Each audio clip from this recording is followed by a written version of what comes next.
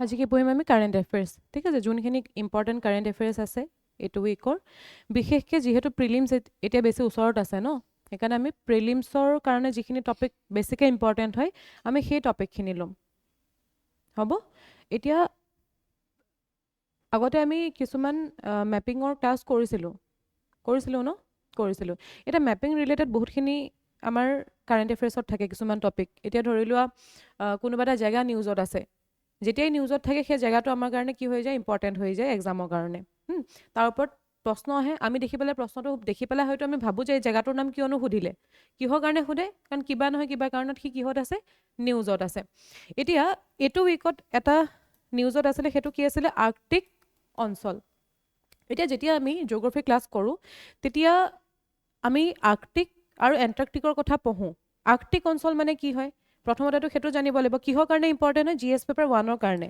G S paper 1ৰ কিহৰ কাৰণে important হ'ব জিঅ'গ্ৰাফীৰ কাৰণে ইম্পৰ্টেণ্ট হ'ব তাৰ লগতে প্ৰিলিমছৰ কোনটো পাৰ্টৰ কাৰণে হয় মেপিং ঠিক আছে মেপিঙৰ কাৰণে এইটো ইম্পৰ্টেণ্ট হয় এতিয়া প্ৰথমতেতো এইটো চাওঁ যে কি কাৰণে নিউজত আছে প্ৰথমতে এইটো চাই লওঁ যে আৰ্কটিক অঞ্চলটো আছে ক'ত সেইটো চালেহে আমি বুজি পাম এতিয়া আমি যদি পৃথিৱীখনক এটা গোলক হিচাপে ধৰোঁ তেনেহ'লে ইয়াৰ একেবাৰে উত্তৰে থকা যোনটো বিন্দু হয় সেইটোক আমি উত্তৰ মেৰু বুলি কওঁ হয়নে আৰু দক্ষিণে থকা বিন্দুটোক আমি কি বুলি কওঁ এইটোক দক্ষিণ মেৰু বুলি কওঁ হয়নে এতিয়া এই পৃথিৱীখনত আমি কিছুমান কাল্পনিক ৰেখা অংকন কৰা থাকে মাজেদি এডাল ৰেখা টানো যাক আমি কি বুলি কৈছিলোঁ বিষুৱ ৰেখা বুলি কৈছিলোঁ হয়নে তাৰ ওপৰত আৰু এডাল ইম্পৰ্টেণ্ট লাইন আহে কিমানত 23.5 ডিগ্ৰীত এডাল আহে যিডাল কি আছিলে কৰ্কট কাণ্ট্ৰি তলৰ ফাললৈ কি থাকে সেইডাল মকৰ কাণ্ট্ৰি এডাল ৰেখা থাকে এতিয়া 23.5ত থকাডালক আমি কি বুলি কওঁ কৰ্কট কাণ্ট্ৰি বুলি কওঁ 0 ডিগ্ৰীত থকাডাল কি বুলি কওঁ বিষুৱ ৰেখা বুলি কওঁ আমি হয়নে তাৰ ওপৰত আৰু এডাল লাইন দেখিছিলোঁ নে আমি 66.5 ডিগ্ৰী নৰ্থ যাক আমি কি বুলি কৈছিলোঁ আৰ্কটিক চাৰ্কেল বুলি কৈছিলোঁ আৰ্কটিক বৃত্ত বুলি কৈছিলোঁ মনত আছেনে অৰ্থাৎ এই নৰ্থ পলৰ ওচৰৰ যিখিনি অঞ্চল হয় সেই অঞ্চলখিনিকে আমি কি বুলি কওঁ আৰ্কটিক অঞ্চল বুলি কওঁ যি মেইনলি কিহেৰে আগুৰি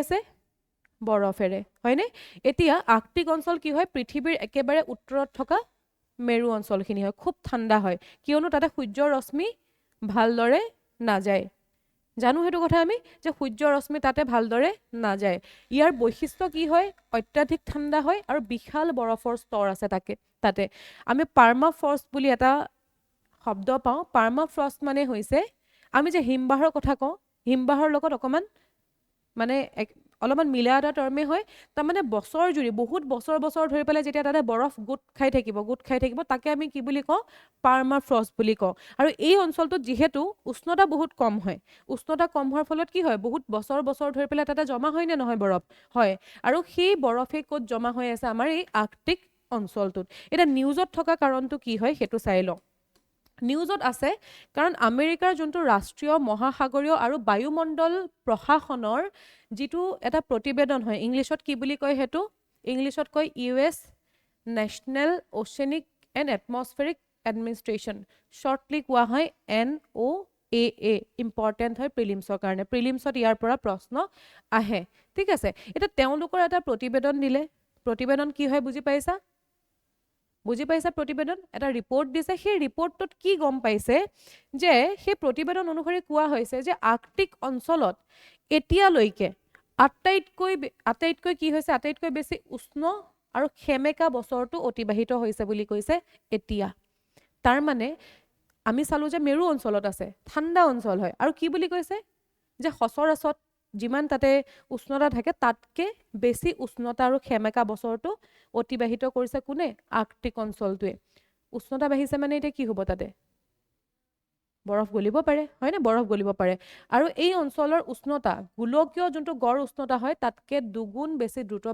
দ্ৰুতভাৱে বৃদ্ধি পাইছে বুলি কৈছে ইয়াৰ অৰ্থ এইটো নহয় যে আমাৰ যিমান উষ্ণতা হয় তাতকে দুগুণ হৈ গ'ল সেইটো কথা কোৱা নাই আমি ইয়াতে কি কৰিছোঁ গড় উষ্ণতাটো কম্পেয়াৰ কৰিছোঁ এতিয়া আমি ধৰি লওঁ যে আমাৰ ধৰি লোৱা আমি য'ত থাকোঁ ভাৰতবৰ্ষখনত ধৰি লোৱা উষ্ণতা বৃদ্ধি পাইছে এটা বছৰত 2 ডিগ্ৰী চেলছিয়াছ ধৰি লওঁ সেইটো আমি ঠিক আছে সাধাৰণতে ধৰি লোৱা 38 হয় বোলে এতিয়া বোলে কিমান হৈছে 40 ডিগ্ৰী চেলচিয়াছ হৈছে 2 ডিগ্ৰী বাঢ়িছে এতিয়া আমি ধৰি লওঁ আৰ্কটিকত ধৰি লোৱা টেম্পাৰেচাৰ আছিলে -40 ডিগ্ৰী কিন্তু টেম্পাৰেচাৰটো বাঢ়ি পেলাই কিমান হৈ গ'ল -35 হৈ গ'ল কিমান ডিগ্ৰী বাঢ়িলে 5 আমাৰ ইয়াত কিমান বাঢ়িলে 2 তাৰ মানে কি হ'ল আমাৰ 2 বাঢ়িছে সিহঁতৰ তাতে 5 বাঢ়িছে দুগুণ বৃদ্ধি হৈছে নে দুগুণ বৃদ্ধি হৈছে তাতে সেইটো কথাই বুজাই থকা হৈছে উষ্ণতা বৃদ্ধি মানে নাভাবিবা যে তাতে পুৰা ৰ'দ দি পেলাই টেম্পাৰেচাৰ 30 ডিগ্ৰী 40 ডিগ্ৰী হৈ গৈছে সেইটো কথা কোৱা হোৱা নাই কিন্তু তাতে সাধাৰণতে যিমান উষ্ণতা থাকে সেই গড় উষ্ণতাতকে কি হৈছে উষ্ণতাটো বৃদ্ধি পাইছে ক'ত আৰ্কটিক অঞ্চলত এতিয়া এটা কথা মোক নিজে কোৱাচোন কিহৰ কাৰণে চাগে উষ্ণতাটো বৃদ্ধি পাইছে গোলকীয় উষ্ণতা বৃদ্ধি পোৱাৰ কাৰণ কি হয় কি হ'ব পাৰে পলিউশ্যন হ'ব পাৰে প্ৰদূষণ হ'ব পাৰে আৰু পৰিৱেশ তন্ত্ৰটো আমি নষ্ট কৰি আছো আৰু গছ-গছনি কাটি আছো যাৰ ফলত কি হৈছে যাৰ ফলত কাৰ্বন ডাই অক্সাইডৰ পৰিমাণ আৰু বৃদ্ধি পাই গৈ আছে আৰু সেই কাৰ্বন ডাই অক্সাইড যেহেতু কাৰ্বন ডাই অক্সাইডে কি কৰে সূৰ্যৰ পৰা অহা ৰশ্মিটোক কাৰ্বন ডাই অক্সাইডৰ নিচিনা যোনবিলাক গ্ৰীণ হাউচ গেছ থাকে সেই গেছখিনিয়ে নিজৰ লগতে শোষণ কৰে আৰু যদি ভাবা সূৰ্যৰ পৰা অহা ৰশ্মিক শোষণ কৰি আছে উষ্ণতা বাঢ়িব নে নাবাঢ়ে বাঢ়িব কিন্তু এতিয়া তোমালোকৰ মনত এইটো আহিব পাৰে যে আৰ্কটিক অঞ্চলতো সূৰ্যৰ পোহৰ ভালদৰে নাযায় কাৰণ আমি জিঅ'গ্ৰাফি যেতিয়া পঢ়োঁ তেতিয়া এটা কথা বুজি পাওঁনে যে ইয়াতে যে মই ক'লো ইয়াতে কোনডাল আছে কৰ্কট কান্তি আছে ইয়াতে মকৰ কান্তি আছে কৰ্কট কান্তি আৰু মকৰ কান্তিলেহে অকল সূৰ্যৰ পোহৰটো আমি কি বুলি কওঁ ডাইৰেক্টলি পাওঁ বুলি কওঁ ধৰি লওক ইয়াতে যদি সূৰ্য আছে সূৰ্যৰ পোহৰটো ডাইৰেক্টলি অকল আমি এই অঞ্চলখিনিতহে পাওঁ আৰু বাকী অঞ্চলখিনিত সূৰ্যৰ পোহৰ হেলনীয়াকেহে গৈ পায়গে ভালকে গৈয়ে নাপায় হয়নে সেইটো কাৰণে তাৰে উষ্ণতাটো কি হয় বহুত কম হয় কিন্তু এতিয়া কথাটো হ'ল যে এই যে আমাৰ পলিউশ্যন ক'ত হৈ আছে বিশেষকে মানুহ য'ত থাকে তাতে হৈ আছে হয়নে তাতে পলিউশ্যন হ'লেও আমি যে এটা কথা কওঁ পৃথিৱীখন গোল হয় বুলি কথাই কয় ন হয় ন পৃথিৱীখন গোল হয় আমি বিশেষকৈ কামৰ ক্ষেত্ৰত কওঁ ন কিবা এটা কাম কৰিবি তোলা কৰি ৰিটাৰ্ণ আহিব যিহেতু পৃথিৱীখন গোল হয় সেই পৃথিৱীখন গোলটো উষ্ণতা ক্ষেত্ৰতো হয় আমি যদি ইয়াতেও যদি আমি পলিউশ্যন কৰি আছো তেনেহ'লে ইয়াৰে যোনটো প্ৰভাৱ হয় সেই প্ৰভাৱ ইয়ালৈকেও যাবনে যাব এতিয়া কথাটো কি হ'ল মেইন আমি কিহৰ কাৰণে নিউজত আছে সেইটোতো গম পালো হয় ন এতিয়া অঞ্চলটোৰ কথা চাই লওঁ অঞ্চলটোৰ কথা এইখিনিলৈকে চালোৱেই তাৰ লগতে এতিয়া আমি চাওঁ যে এই অঞ্চলটোৰ বৈশিষ্ট্য কি হয় এতিয়া এই যে গলিবলৈ আৰম্ভ কৰিছে বা উষ্ণতা যে বাঢ়িছে তাৰ পৰা কি আচলতে অসুবিধা হ'ব পাৰে সেইটো ইম্পৰ্টেণ্ট হয় তাৰ লগতে আচলতে আৰ্কটিক অঞ্চলটো ইম্পৰ্টেণ্ট হয় তাৰ ওচৰে পাজৰে কোনকেইখন মহাদেশ আছে কোনকেইখন দেশ আছে সেইটো আমি জানিব লাগিব ন জানিব লাগিব তাৰ আগতে আমি চাই লওঁ যে জলবায়ু কেনেধৰণে আচলতে ই নিয়ন্ত্ৰণ কৰে এতিয়া তাৰ কাৰণে যিসকলে জিঅ'গ্ৰাফিটো এবাৰ পঢ়িছা তোমালোকৰ কাৰণে সহজ হ'ব বাকী যিসকলে এতিয়ালৈকে জিঅ'গ্ৰাফি পঢ়া নাই তোমালোকক বুজিবৰ কাৰণে মই সহজভাৱে অলপমান এক্সপ্লেইন কৰিম আৰু বাকী যেতিয়া তোমালোকে জিঅ'গ্ৰাফি পঢ়িবা তেতিয়া আমি আৰু বেছি ডিটেইলছত গৈ পেলাই বুজিমগে হ'ব এতিয়া আমি ধৰি লওঁ যে সূৰ্যৰ পৰা কি আহে সূৰ্যৰ পৰা ৰশ্মি আহে হয় ন সি এটা শক্তি হয় নে নহয় শক্তি হয় এতিয়া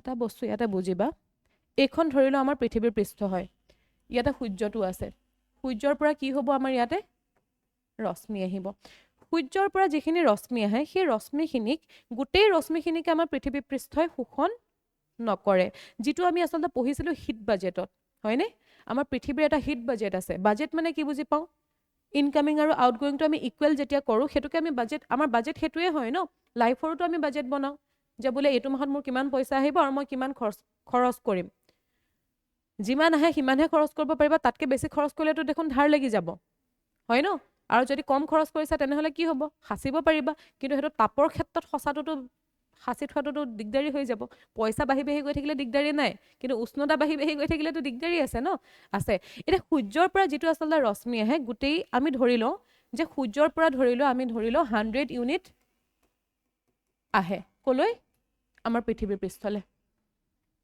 ঠিক আছে 100 ইউনিট আহে কিন্তু এই 100 ইউনিট আমাৰ পৃথিৱীৰ পৃষ্ঠত আহি নাপায়হি তাৰ আগতে আমাৰ যোনটো বায়ুমণ্ডল আছে বায়ুমণ্ডলে কি কৰে প্ৰতিফলন কৰি দিয়ে কিমান প্ৰতিফলন কৰে 35 ইউনিট কোনে প্ৰতিফলন কৰি দিয়ে আমাৰ বায়ুমণ্ডলে কৰি দিয়ে আৰু এই যে প্ৰতিফলন কৰি দিলে সেই প্ৰতিফলন কৰা হাৰটোকে আমি এলবিডো বুলি কওঁ তাৰমানে তোমালে কিবা এটা বস্তু আহিলে তুমি সেইটো প্ৰতিফলন কৰি দিলা মোলে ধৰিলে 100 আহিলে মই 35 প্ৰতিফলন কৰি দিলোঁ সেই 35টো মোৰ কি হৈ যায় এলবিডো হৈ গ'ল তাৰমানে প্ৰতিফলন ক্ষমতাক আমি কি বুলি কওঁ এলবিডো বুলি কওঁ এতিয়া কথাটো হ'ল যে 35 কোনে প্ৰতিফলন কৰে আমাৰ বায়ুমণ্ডলত কি আছে মেঘ আছেনে মেঘ আছে বায়ুমণ্ডলৰ মেঘে প্ৰতিফলন কৰে 27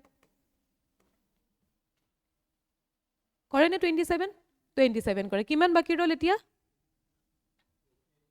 8 6 প্ৰতিফলন কৰে আমাৰ বায়ুমণ্ডলত থকা সৰু সৰু কিছুমান তোমাৰ ডাষ্ট পাৰ্টিকলছ আছে নে ধূলিকণা আছে হয় ন ধূলিকণা আছে আৰু বিভিন্ন ধৰণৰ গেছ আছে সেই গোটেইবিলাকে মিলি কিমান কৰে 6 প্ৰতিফলন কৰে কিমান বাকী ৰ'ব এতিয়া 2 আৰু এই যে দুইটো কোনে প্ৰতিফলন কৰে এই হিমবাহ বা বৰফেই প্ৰতিফলন কৰে ঠিক আছে এই হিমবাহ বা বৰফেই প্ৰতিফলন কৰে কি ক'লো বুজি পালানে এতিয়া ধৰি লোৱা এই যদি প্ৰতিফলনটো নহয় প্ৰতিফলন নহয় যদি নহ'লে কি হ'ব আমাৰ ইয়াতে ৰখি যাব নে নাযায় যদি ৰখি যায় তেতিয়া কি হ'ব উষ্ণতা বাঢ়িবনে বাঢ়িব তাৰমানে কি হয় আমাৰ মেঘ হৈ গ'ল ডাৱৰ হৈ গ'ল বা বায়ুমণ্ডল হৈ গ'ল বা আমাৰ এই হিমবাহেই হৈ গ'ল তাৰ ইম্পৰ্টেঞ্চ আছে নহ'লে কি হ'ব উষ্ণতাটো বৃদ্ধি পাব কথাটো লিংক কৰিব পাৰিছানে উষ্ণতা বাঢ়িলে হিমবাহ গলিব আৰু হিমবাহ গলিলে আৰু উষ্ণতা বাঢ়িব বস্তুটো কিমান লিংক হৈ আছে ধৰিব পাৰিছা যে উষ্ণতা বাঢ়িলে হিমবাহ গলিব হিমবাহ গলিলে আৰু উষ্ণতা বাঢ়িব তাৰমানে ডাবল প্ৰব্লেম অকল সিংগল প্ৰব্লেম হৈ নাথাকে মানে সেইটো দি গৈ পেলাই আৰু এটা প্ৰব্লেম ষ্টাৰ্ট হৈ যাব এতিয়া ইয়াতে কি বুলি কৈছে যে জলবায়ু কেনেধৰণে নিয়ন্ত্ৰণ কৰে যে ইয়াতে যোনখিনি বৰফ আছে বৰফে কি কৰে সূৰ্যৰ পোহৰ প্ৰতিফলিত কৰি পৃথিৱীৰ জলবায়ু সন্তুলিত কৰি ৰখাত এক গুৰুত্বপূৰ্ণ ভূমিকা পালন কৰে বুলি কৈছে যিটো সাইডত লিখা আছে কি হাই এলবিডো এই হাই এলবিডো মানে প্ৰতিফলন বেছিকে কৰে আটাইতকৈ বেছি প্ৰতিফলন কোনে কৰে বুলি যদি প্ৰশ্নত আহে বৰফেই কৰে কিন্তু পৃথিৱীত সূৰ্যৰ পোহৰ প্ৰতিফলন আটাইতকৈ বেছি কোনে কৰে বৰফে কৰে মানে বৰফৰ ক্ষমতাটো বহুত বেছি প্ৰতিফলন ক্ষমতাটো বহুত বেছি এতিয়া ধৰি লোৱা মই যে ক'লো 100ৰ কথা বৰফৰ ওচৰলৈ যদি 100 ইউনিট সূৰ্যৰ ৰশ্মি আহে ন সি 80 ইউনিটে প্ৰতিফলন কৰি দিয়ে কি কৈছো বুজি পাইছা বৰফৰ ওচৰলৈকে ধৰিলে 100 ইউনিট আহিছে সি 100 ইউনিটৰ পৰা 80 ইউনিট প্ৰতিফলনে কৰি দিয়ে বাকী পৃষ্ঠই নকৰে ইমান বাকী পৃষ্ঠই নকৰে আমাৰ বনাঞ্চলত প্ৰতিফলন নকৰেতো আমাৰ বনাঞ্চলে কি কৰে শোষণ কৰে সেইটোৰো কাম আছে শোষণ নকৰিলেও দিগদাৰ আছে তাৰমানে আমাৰ পৃথিৱীৰ যোনটো বেলেঞ্চ হৈ আছে ন খুব ধুনীয়াকৈ বেলেঞ্চ হৈ আছে কিন্তু আমি অলপমান খেলি মেলি কৰাৰ কাৰণে এই বেলেঞ্চটো বেয়া হৈ গৈছে আৰু এই বেলেঞ্চটো বেয়া হ'লে এটাত বেলেঞ্চ বেয়া হ'লে সব বেয়া হৈ যাব যেনেকৈ আমি স্কুলত ফুড চেইন পঢ়িছিলোঁ নহয় ফুড চেইনৰ মাজত যদি তুমি এটাকো মাজৰ পৰা আঁতৰাই দিবলৈ হয় গোটেই ফুড চেইনডাল খেলি মেলি হৈ যাব নে নাযাব যাব ঠিক তেনেকৈ বায়ুমণ্ডলৰো একেটাই কথা এতিয়া ভৌগোলিক অৱস্থান যদি আমি চাওঁ ভৌগোলিক অৱস্থান কি হয় এইটো আৰ্কটিক বৃত্ত এইমাত্ৰই ক'লো নহয় এতিয়া যিসকলে জিঅ'গ্ৰাফী পঢ়া নাই তোমালোকে যেতিয়া পঢ়িবা তেতিয়া ডিটেইলছতটো বুজি পাবা এতিয়াৰ কাৰণে এটা কথা বুজি ৰাখা যে আমি পৃথিৱীখনক যদি এটা গোলক বুলি ধৰো আৰু এই গোলকটোক যদি মই মাজেদি সমান ভাগত দুটা ভাগত ভাগ কৰি দিওঁ এইডাল পথালিকে মই এটা লাইন টানিলো হয়নে এই লাইনডাল কিহৰ কাৰণে হয় এইটো কাল্পনিক ৰেখা হয় আছলিকে নাই পৃথিৱীৰ ওপৰত এডাল কি হয় কাল্পনিক ৰেখা আৰু এইডালক আমি 0 ডিগ্ৰী বুলি ধৰো নামটো কি দিওঁ আমি বিষুৱ ৰেখা বুলি তাৰপিছত আৰু এডাল লাইন ন 23.5ত সেইডালক কি বুলি কওঁ কৰ্কটক্ৰান্তি তাৰপিছত আৰু এডাল লাইন ন 66.5ত সেইডালক আমি কি বুলি কওঁ আৰ্কটিক বৃত্ত বুলি কওঁ আৰু এই একেবাৰে ওপৰত যোনটো আছে এইটোক আমি কি বুলি কওঁ উত্তৰ মেৰু বুলি কওঁ ঠিক আছে এটা তললৈকো যদি আহা 23.5 ডালক কি বুলি কওঁ আমি মকৰক্ৰান্তি বুলি কওঁ 66.5 ডালক আমি কি বুলি কওঁ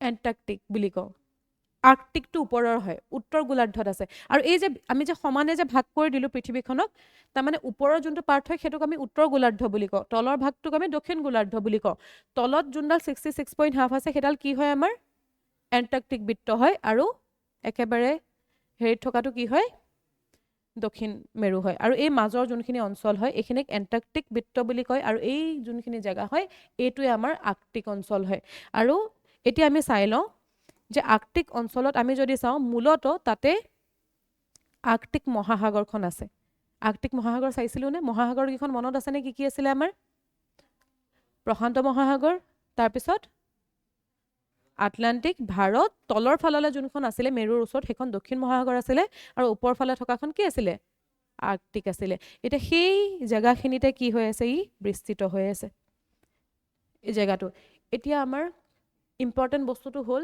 যে ইয়াৰ সীমাত কোনকেইখন আচলতে দেশ আছে টোটেল কেইখন দেশ আছে 8খন দেশ আছে এতিয়া যিসকলে তোমালোকক যে মেপ চাবলৈ মই খুব বাৰে বাৰে কৈ আছিলোঁ প্ৰতিটো ক্লাছত তোমালোকক কওঁ যে মেপ চাবা এতিয়া যিসকলে জানা যে ওপৰ ফাললে বিশেষকৈ আমাৰ উত্তৰ মেৰুৰ ওচৰত কোনকেইখন দেশ আছে যদি জানা তোমালোকে এইখন চাবই নালাগে প্ৰথমতে যদি আমি চাওঁ কি আছে ৰাছিয়াখন আছে ৰাছিয়াখন জানাই আমাৰ এছিয়াৰ একেবাৰে উত্তৰ ফাললৈ থকা যোনখন হয় ৰাছিয়া তাৰপিছত কানাডাখন হ'ব আমেৰিকা যুক্তৰাষ্ট্ৰ বিশেষকৈ আলাস্কাৰ যোনটো পাৰ্ট হয় আলাস্কাৰ নাম শুনিছা হয় ন আমেৰিকা যুক্তৰাষ্ট্ৰৰ আলাস্কাৰ পাৰ্টটো তাৰ লগতে হৈ গ'ল ডেনমাৰ্ক যাক গ্ৰীণলেণ্ড বুলিও কোৱা হয় নৰৱে ছুইডেন ফিনলেণ্ড আৰু আইচলেণ্ড এই জেগাকেইটা হৈ গ'ল আমাৰ ইয়াৰ ওচৰত থকা এতিয়া ইয়াতে চাই লোৱা এবাৰ কোনকেইখন আছে এতিয়া এই পাৰ্টটোৰ কথা কৈছে এতিয়া এই পাৰ্টটো আমি কেনেকৈ চাই আছোঁ জানা আমি যে পৃথিৱীখন এনেকৈ আঁকিছিলোঁ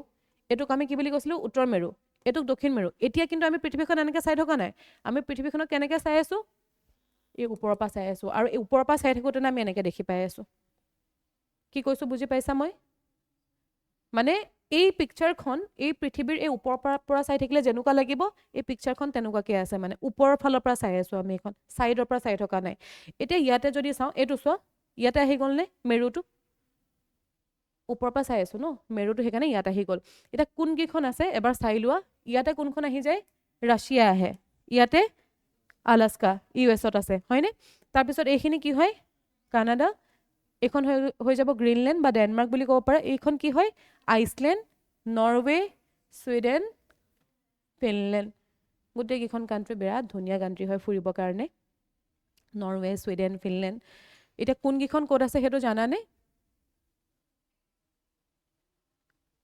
মাজে মাজে ইংলিছ ৱৰ্ড ইউজ কৰিব ইংলিছৰ কাৰণে অলৰেডি কাৰেণ্ট এফেয়াৰ্ছ হয় ন বিশেষকৈ এইটো এতিয়া আমি যদি বেছিকৈ ইংলিছ ৱৰ্ড ইউজ কৰোঁ এইটো ক্লাছত তোমালোকে লিখিবলৈ অসুবিধা পাবা হয় ন লিখিবৰ কাৰণে অসুবিধা পাবা বাকী মই যোনখিনিত ইংলিছ ৱৰ্ডখিনি জানিব লাগে সেইখিনিতো মই কমেই ন বাকী বিশেষকৈ ক্লাছটো অসমীয়াৰ কাৰণেই হয় অসমীয়া শব্দখিনিত আমিতো গুৰুত্ব দিবই লাগিব ন এতিয়া চোৱা ৰাছিয়াখন ক'ত আছে জানা ৰাছিয়াখন কোনখন মহাদেশত আহিব মহাদেশ আমাৰ কেইখন আছে মনত আছেনে চবৰে আছেনে নাই কি মহাদেশ আছে 7খন আছে ন 7খন আছে ৰাছিয়াখন যদি আমি চাবলৈ যাওঁ এনেই আমি ভৌগোলিকভাৱে যদি চাওঁ তেনেহ'লেতো আমাৰ এছিয়াত আহে কিন্তু আমি যদি পলিটিকেলি চাবলৈ হয় তেনেহ'লে ৰাছিয়াখন আমাৰ এছিয়াৰ কাণ্ট্ৰি নহয় সেইখন ক'ত আহি যায় ইউৰোপত আহি যায় বেছিভাগ কাৰণ কি আমাৰ যোনটো জনসংখ্যা হয় জনসংখ্যা বেছি আচলতে ৰাছিয়াখন দুটা পাৰ্টতে আছে এছিয়াটো অলপ আছে আৰু আধা সিহঁতৰ মাটি কোনফালে আছে ইউৰোপত আছে এতিয়া মাটিৰ ক্ষেত্ৰত 70% মাটি ক'ত আছে এছিয়াত আছে 30% মাটি ক'ত আছে ইউৰোপখনত আছে কিন্তু মানুহৰ ক্ষেত্ৰত উল্টা হৈ যায় 70% মানুহ সেই 30% মাটিত আছে আৰু 30% মানুহ এই 70%ত আছে আৰু তেওঁলোকৰ যোনখন কেপিটেল হয় কেপিটেলো ক'ত আছে সেই ইউৰোপৰ ভাগটোতে আছে এতিয়া এই ইউৰোপখন যদি আমি যদি চাওঁ এছিয়াৰ ফালৰ পৰা ৰাছিয়া আহি গ'ল হয়নে আলাস্কা বা US কাৰ পাৰ্ট হয় নৰ্থ আমেৰিকাৰ হ'ব ন নৰ্থ আমেৰিকা হয় নে নহ'ব হ'ব কানাডাখনো তাৰ লগতে গ্ৰীণলেণ্ড বা ডেনমাৰ্কখন এখন ইউৰোপৰ পাৰ্ট আহি যায় তাৰ লগতে আইচলেণ্ড নৰৱে ছুইডেন ফিনলেণ্ড এইকেইখনো আমাৰ ইউৰোপৰ ওচৰত আহি যাব মনত থাকিবনে গোটেইকেইখনৰ নাম 8খন প্ৰশ্নত সুধিলে এইটোৱে সুধিব পাৰে যে আৰ্কটিক বৃত্তৰ ওচৰত বা আৰ্কটিক অঞ্চলটো আগুৰি ৰখা দেশসমূহৰ নাম কি হয় তলত ধৰিলে 4টামান অপশ্যন দি দিলে তোমাক সুধি দিলে যে হয় নে নহয় তুমি চাই পেলাই বুজি পাব লাগিব ন কোনকেইটা হয় এইকেইটা নাম সেইকাৰণে মনত ৰাখিবা কেইটা 8টা নাম এতিয়া ইয়াতে আৰু এটা বস্তু মনত ৰাখিব লাগিব সেইটো কি হয় প্ৰধান নদী এতিয়া আৰ্কটিক মহাসাগৰত গৈ পেলাই কিছুমান নদী পৰিছেগে যিকেইখন নদী প্ৰধান নদী হয় আমি কিহৰ কাৰণে পঢ়ি আছোঁ ইয়াতে কাৰণ ইম্পৰ্টেণ্ট হয় পৰীক্ষাত আহিব পাৰে নে নোৱাৰে আহিব পাৰে কোনখন নদীৰ কোৰ হয় এতিয়া এই আৰ্কটিক মহাসাগৰত পৰা এই প্ৰধান নদীসমূহে বিশাল পৰিমাণৰ কি হয় অলুনীয়া পানী মানে য'ত নিমখটো নাথাকে আমি যোনটোক আমি কি বুলি কওঁ মিঠা পানী বুলি কওঁ মিঠা পানী মানে য'ত নিমখৰ পৰিমাণটো কম থাকে সেই নিমখীয়া পানী কি কৰে আৰু পলস কঢ়িয়াই আনে বুলি কৈছে কিহৰ কাৰণে নিমখীয়া নহয় কাৰণ এই নদীবিলাকৰ পৰা উৎপত্তি হয় বিশেষকৈ হিমবাহৰ পৰা হয় আৰু হিমবাহৰ পানীটোতো লুণীয়া নহয় হয় জানো নহয় সাগৰৰ পানীহে হয় এতিয়া আৰ্কটিক মহাসাগৰৰ পানীটোতো লুণীয়া হ'ব কাৰণ মহাসাগৰ হয় হ'ব নে নহয় হ'ব কিন্তু তাতে কি বুলি কৈছে যে সেই মিঠা পানী কোনে কঢ়িয়াই আনে এই নদীসমূহে কঢ়িয়াই আনে কোনকেইখন নদী নামকেইটা মনত ৰাখিবা ইম্পৰ্টেণ্ট হয় আমি যদি চাওঁ ৰাছিয়াৰ এটা তোমাক এই নদীখনৰ নাম দিলে আৰু তোমাক সুধিলে যেনিবা যে কোৱা এই নদীখন কোনখন দেশৰ নদী হয় সেইটো ক'ব পাৰিবা ৰাছিয়াৰ পৰা কি আহে এখন আহে উপ ইয়ানিছে লিনা ক'ৰ হয় এইকেইখন ৰাছিয়াৰ হয় তাৰপিছত যদি আমি চাওঁ কানাডাৰ হয় এখন কি মেকেঞ্জি বহুত ইম্পৰ্টেণ্ট হয় নামটো তোমালোকে যদি অলপমান কিবা মুভি চুভিও চাইছা তেনেহ'লে মেকেঞ্জি নদীখনৰ নাম চাগে শুনিছা মেকেঞ্জিখন ক'ৰ হয় কানাডাৰ পৰা হোৱা তাৰ লগতে আমেৰিকা আৰু কানাডাৰ ওচৰৰ পৰা আৰু এখন আহে সেইখন কি হয় ইউকন মনত থাকিবনে এইখন নাম উপ ইয়ানিছে লিনা ক'ৰ হয় ৰাছিয়াৰ হয় তাৰ লগতে কানাডাৰ কোনখন হয় মেকেঞ্জি হয় আমেৰিকা আৰু কানাডাৰ কোনখন হয় ইউকন হয় তাৰমানে এই প্ৰধান আৰু বহুত সৰু সুৰা নদী আছে কিন্তু আমি সৰু সুৰা নদীখিনি নপঢ়ো প্ৰধান নদীখিনিহে পঢ়িব লাগে আমি এতিয়া ইয়াৰ পৰা যদি চাওঁ তেনেহ'লে ইউকেন হয় এইখন মেকেঞ্জি হৈ গ'ল আমাৰ উপ ইয়ানিছে লিনা এইকেইখন পঢ়িলেই হ'ল ইম্পৰ্টেণ্ট হয় ঠিক আছে কেইখন হৈ গ'ল আমাৰ এই পাঁচখন ইম্পৰ্টেণ্ট হয় মনত থাকিব নামকেইটা এবাৰতে মনত নাথাকে দুবাৰ তিনিবাৰ চাব লাগিব এতিয়া চোৱা এয়া আমি ওপৰৰ পৰা চাই থাকিলে ইয়াতে আৰ্কটিক কুৱেশ্যনখন আছে আৰু এই গোটেই পাৰ্টটোক আমি কি বুলি কওঁ আৰ্কটিক অঞ্চল বুলি কওঁ ঠিক আছে এই গোটেই পাৰ্টটোকে আমি কি বুলি কওঁ আৰ্কটিক অঞ্চল বুলি কওঁ নিউজত কি আছিলে বুজি পালা যে উষ্ণতাটো বৃদ্ধি পাইছে এতিয়া কথাটো হ'ল যে ইয়াৰ ভূতাত্ত্বিক যদি আমি বিশেষত্বৰ কথা ক'বলৈ যাওঁ যে কিহৰ কাৰণে আমাৰ কাৰণে ইম্পৰ্টেণ্ট হয় বা ইয়াতে যদি উষ্ণতা বৃদ্ধি পায় আমাৰ কি অসুবিধা হ'বনো সেইটো যদি আমি চাবলৈ যাওঁ প্ৰথমতে এইটো চাবা যে আৰ্কটিক যোনখন মহাসাগৰ হয় সি আটাইতকৈ অগভীৰ আৰু শীতল মহাসাগৰ বুলি কৈছে অৰ্থাৎ সি বহুত বেছি দ নহয় অগভীৰ মানে ইমান দ নহয় আৰু আটাইতকৈ শীতল হয় আটাইতকৈ ঠাণ্ডা হয় ঠিক আছে তাৰ লগতে ইয়াত প্ৰচুৰ পৰিমাণে খনিজ তেল গেছ খনিজ সম্পদ এইবিলাকো পোৱা যায় এতিয়া তাৰ এইখিনি আমি মানে বিশেষত্ব চাই আছো যে কিহৰ কাৰণেনো আমাৰ কাৰণে আৰ্কটিকটো ইম্পৰ্টেণ্ট হয় তাৰ লগতে আমি যদি চাওঁ পাৰ্মাফ্ৰষ্ট কি আছিলে এনে এক ধৰণৰ মাটিৰ স্তৰ যি হাজাৰ হাজাৰ বছৰ ধৰি পেলাই কি হৈছে গোট মাৰি আছে আৰু ইয়াত প্ৰচুৰ পৰিমাণে কাৰ্বন আৰু মিথেন গেছ আবদ্ধ হৈ থাকে তাৰ মানে ইয়াতে যে মই ক'লো যে এই যে বৰফবিলাক জমা হৈ আছে বহুত বছৰ ধৰি পেলাই তাতে কি জমা হৈ থাকে মিথেন কাৰ্বন ডাই অক্সাইড মিথেন আৰু কাৰ্বন ডাই অক্সাইড আমাৰ বায়ুমণ্ডলৰ কাৰণে ভাল নহয় যদি প্ৰচুৰ পৰিমাণে হৈ যায় এনেইতো চবেই লাগিব আমাক কিন্তু যদি বাঢ়ি গুচি যায় কাৰ্বন ডাই অক্সাইড বা মিথেন কি হ'ব গোলকীয় উষ্ণতা আৰু বৃদ্ধি পাব বস্তুবিলাক কিমান লিংক হৈ আছে সেইটো বস্তু চাবা হা এতিয়া আমি 3-4টা বস্তু ইয়াতে কি কৰিব পাৰোঁ লিংক কৰিব পাৰোঁ কেনেকে প্ৰথম কথাটো হৈছে যে হিমবাহ হয় উষ্ণতা বৃদ্ধি পোৱাৰ ফলত হিমবাহ গলিব হিমবাহ যদি গলে এই হিমবাহত আবদ্ধ হৈ থকা কাৰ্বন ডাই অক্সাইড আৰু মিথেন গেছো ওলাই যাব কাৰ্বন ডাই অক্সাইডেটো তাপ শোষণ কৰে তাৰ মানে কি আৰু বেছি উষ্ণতা বঢ়াব তাৰ লগতে আমিতো এইটোও চাইছিলোঁ যে বৰফে প্ৰতিফলনো কৰে বৰফ গলি গ'লে প্ৰতিফলনো কমি যাব তাৰ ফলত আৰু এটা সেই 2 ডিগ্ৰী বাঢ়িব 2 ডিগ্ৰী নহয় 2টা ইউনিট বাঢ়িব তাৰ মানে হিমবাহ গলাৰ ফলত উষ্ণতা বহুত বেছি বৃদ্ধি পাবলৈ আৰম্ভ কৰিব তাৰ লগতে বেমাৰ আজাৰো হ'ব হয় ন কিমান বছৰ ধৰি তাত আছে কি জমা হৈ আছিলে গলি যোৱাৰ ফলত সব ওলাই যাব তাৰ ফলত কি হ'ব পাৰে বেমাৰ আজাৰো বৃদ্ধি হ'ব পাৰে এতিয়া আৰু যদি কিছুমান তথ্য চাবলৈ চাওঁ তেনেহ'লে ইয়াক মিঠা পানীৰ ভঁৰাল বুলিও কোৱা হয় যে আমিতো এইটো কথা জানো ন যে আমাৰ পৃথিৱীত প্ৰচুৰ পৰিমাণে পানী আছে যদিও লুণীয়া পানী বেছি আমি খাব পৰা পানীৰ পৰিমাণটো বহুত কমেই হয় কম হয় নে নহয় সেইটো কাৰণে যে আমাক যে কোৱা হয় যে পানী বচাবৰ কাৰণে তেতিয়া আমি কি ভাবো কেলে বচাম ইমান পানী আছে গোটেইখন এখন পানীয়ে পানী কিয় বচাব লাগে ইমান পানী থকা পিছতো পানী বচোৱাৰ কথা কৈ থাকে এইটো কাৰণে কোৱা হয় যে পৃথিৱীত যিমান পানী আছে সেই গোটেই পানীখিনি আমি খাব নোৱাৰো কিমান % হয় জানানে যে কিমান % আমি অকল খাব পৰা পানী হয়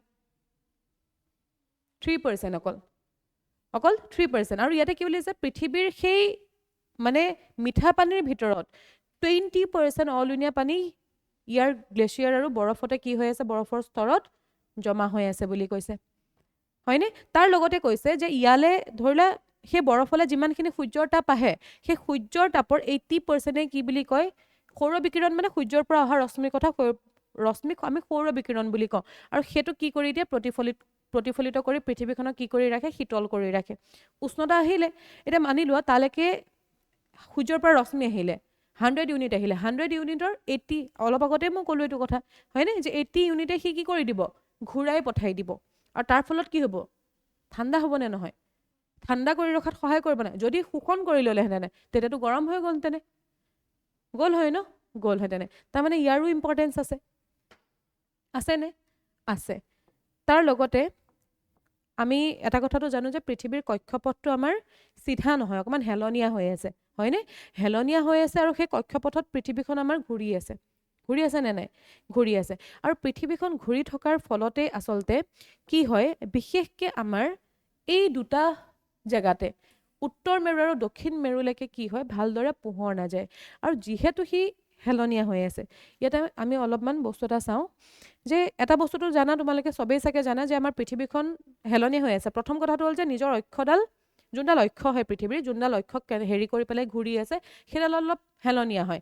হেলনীয়া হোৱাৰ বাবে আমাৰ পৃথিৱীখন কেনেকুৱা হ'ব অলপমান চাই লোৱা। ধৰি লোৱা এইখন আমাৰ পৃথিৱীখন হৈ গ'ল, আৰু মই ক'লোঁ যে ই হেলনীয়া হৈ আছে। ই কি হৈ আছে? ই হেলনীয়া হৈ আছে, চিধাকে নাই। তাৰমানে সি কি হৈ থকা নাই? চিধাকে থকা নাই। আৰু এই চিধাকে নথকাৰ কাৰণেই এতিয়া কি হ'ব, আমাৰ পৃথিৱীখন আমি চিধাকেহে চাই আছিলোঁ, এতিয়া অকণ বেকাকে চাব লাগিব। তাৰমানে কি হ'ব, ইয়াতে কোনডাল আহি যাব? এইডাল বিষুৱ ৰেখা, হয়নে? ইয়াতে আহিব আমাৰ কোনডাল ৰেখা? কৰ্কটক্ৰান্তি। তলত আহি যাব মকৰক্ৰান্তি, হয়নে? ইয়াতে আহি যাব আমাৰ আৰ্কটিক বৃত্ত, ইয়াতে এণ্টাৰ্কটিক বৃত্ত, আৰু এইটো উত্তৰ মেৰু, এইটো কি হৈ যাব? দক্ষিণ মেৰু। এইখিনিলৈকে বুজি পালা? হেলনীয়া হৈ আছে। এতিয়া ধৰি লোৱা আমাৰ এই পৃথিৱীখনেও কি কৰে? পৃথিৱীখনেও এইটো ডাইৰেকশ্যনত, ইয়াতে যদি আমি সূৰ্যটোক ৰাখি লওঁ, আমিতো জানো যে সূৰ্য কেন্দ্ৰ কৰি পেলাই আমাৰ গোটেই গ্ৰহবিলাক ঘূৰি আছে। এইখিনি কথাটো জানাই, হয় ন?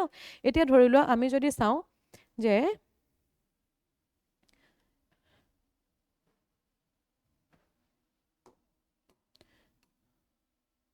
আমাৰ ধৰি লোৱা ইয়াতে সূৰ্যটো আছে, কিন্তু সূৰ্যটো কিন্তু বহুত ডাঙৰ হয় দেই। ইয়াতে আমি ইমান ডাঙৰকৈ আঁকিব নোৱাৰোঁ। আমাৰ পৃথিৱীৰ তুলনাত সূৰ্যৰ চাইজটো বহুত ডাঙৰ হয়। এতিয়া এই সূৰ্যক কেন্দ্ৰ কৰি পেলাই পশ্চিমৰ পৰা পূবলৈকে আমাৰ পৃথিৱীখন ঘূৰি আছে নে নাই? আছে। তাৰ লগতে এই যে অক্ষডাল, এই অক্ষডালতো পৃথিৱীখনে পশ্চিমৰ পৰা পূবলৈ ঘূৰি আছে। তাৰমানে নিজৰ অক্ষটো ঘূৰি আছে, তাৰ লগতে আমাৰ সূৰ্যৰ চাৰিওফালেও ঘূৰি আছে। অক্ষডালত ঘূৰি ফুৰাৰ ফলতে কি হয়? দিন আৰু ৰাতি হয়। তাৰমানে এতিয়া এই অক্ষডাল হ'ল নহয়, এই ছাইডটো কোন? সূৰ্যৰ ফালে আছে। ইয়াতে পোহৰ হ'ব আৰু এইটো ছাইডত কি হ'ব? ৰাতি হ'ব। আৰু তাৰ লগতে ই এনেকৈ ঘূৰিও থাকিব, হয়নে? এতিয়া যেতিয়া এই পজিশ্যনটোত থাকিব, ধৰি লোৱা সূৰ্যটো ইয়াত আছে আৰু আমাৰ পৃথিৱীখন এইখিনিত আছে, এইখিনিত থাকোঁতেনে কি হ'ব? সূৰ্যৰ ৰশ্মিটো পোনপটীয়াকৈ কোনে লাভ কৰিব? কোনে লাভ কৰিব? হা? কোনে লাভ কৰিব? কৰ্কটক্ৰান্তিয়ে লাভ কৰিব। এতিয়া ধৰা কৰ্কটক্ৰান্তিয়ে লাভ কৰিছে, হয়নে? নিজৰ অক্ষতটো পৃথিৱীখন ঘূৰিয়ে আছে। এতিয়া আমি ইয়াতে আৰু এডাল লাইন বনাম। সেই লাইনডাল কি হ'ব? সেই লাইনডালে ধৰি লোৱা দিন আৰু ৰাতিটোক ডিভাইড কৰি আছে। এতিয়া আমি যদি লাইন এডাল এনেকৈ চিধাকৈ বনাওঁ, এডালে কি বুজাই আছে যে এইফালে থকা জেগাখিনি কি হ'ব? দিন হ'ব, আৰু এইটো চাইডে যিমানখিনি জেগা আছে চবতে কি হ'ব? ৰাতি হ'ব। এতিয়া এটা বস্তু ইয়াতে মন কৰিবাচোন, ই ঘূৰি আছে এডাল অক্ষত ন? ই যিমানেই ঘূৰি নাথাকক কিয়, এই যে জেগাখিনি দেখিছা, এইফালে থকা যে জেগাখিনি, এইখিনি জেগা দেখিছানে? ইয়াতে দেখোন সি যিমান ঘূৰি থাকিলেও তাতে দেখোন সূৰ্যৰ পোহৰেই নপৰিব। আৰু ইয়াতে যোনখিনি এইখিনি জেগা দেখিলা, সি ঘূৰি থাকিলে দেখোন তাতে দেখোন আন্ধাৰেই নহ'ব। সি আন্ধাৰৰ ফালেলৈ যাব জানো যিমান ঘূৰি থাকিলেও? নাযায়। তাৰমানে এই গোটেই জেগাটো আৰু এই গোটেই জেগাটো যেতিয়া এনেকুৱা এটা স্থিতিত থাকিব আমাৰ পৃথিৱীখন, যিমানেই ঘূৰি নাথাকক কিয়, ইয়াতে ৰাতিও নহ'ব, ইয়াতে দিনো নহ'ব। তাৰমানে 6 মাহ ধৰি পেলাই ইয়াতে দিন হৈ থাকিব, ইয়াতে 6 মাহ ধৰি পেলাই ৰাতিয়ে হৈ থাকিব। কিয়? যেতিয়া আমাৰ কৰ্কটক্ৰান্তি পৰিছে, আমাৰ ভাৰতবৰ্ষখন কৰ্কটক্ৰান্তিৰ ওচৰতে হয়, সেইটো কাৰণে আমাৰ ইয়াতে কি হ'ব? গৰম দিন হ'ব, হয়নে? যেতিয়া তাৰমানে আমি কি বুজি পালোঁ? যেতিয়া আমাৰ ইয়াতে গৰম দিন হয়, তেতিয়া এইটো আৰ্কটিক বৃত্ত আছিলেনে? তাৰমানে আৰ্কটিক অঞ্চলত 6 মাহ ধৰি পেলাই কি হ'ব? দিন হৈ থাকিব। সূৰ্য অস্তই নাযাব তাতে, যিমান ঘূৰিলেও অস্ত নাযাব। এতিয়া ইয়াতে কি হ'ব? সূৰ্য উদয়ে নহ'ব, 6 মাহ ধৰি ৰাতি হৈ থাকিব। ঠিক তেনেকৈ এতিয়া ধৰি লোৱা পৃথিৱীখন যদি অলপমান এইফালে আহি যায়, এইটোক যদি আমি অলপমান ছেইম যদি ডায়েগ্ৰামটোক আমি এইফালে আনিবলৈ হয়, ধৰি লোৱা ইয়ালৈ আহি গ'ল পৃথিৱীখন, ঘূৰি থাকিব ন পৃথিৱীখন ইয়ালৈ আহি গ'ল। এতিয়া পৃথিৱীখন ইয়ালৈ অহাৰ লগালগ আমাৰ অক্ষডালটো এনেকুৱাকৈ আছিলে। এতিয়া কিন্তু সূৰ্যৰ ৰশ্মি চিধা চিধি ক'ত পৰিবগৈ জানানে? ক'ত পৰিবগৈ এতিয়া এডাল আমাৰ বিষুৱ ৰেখা আছিলে এডাল কি আছিলে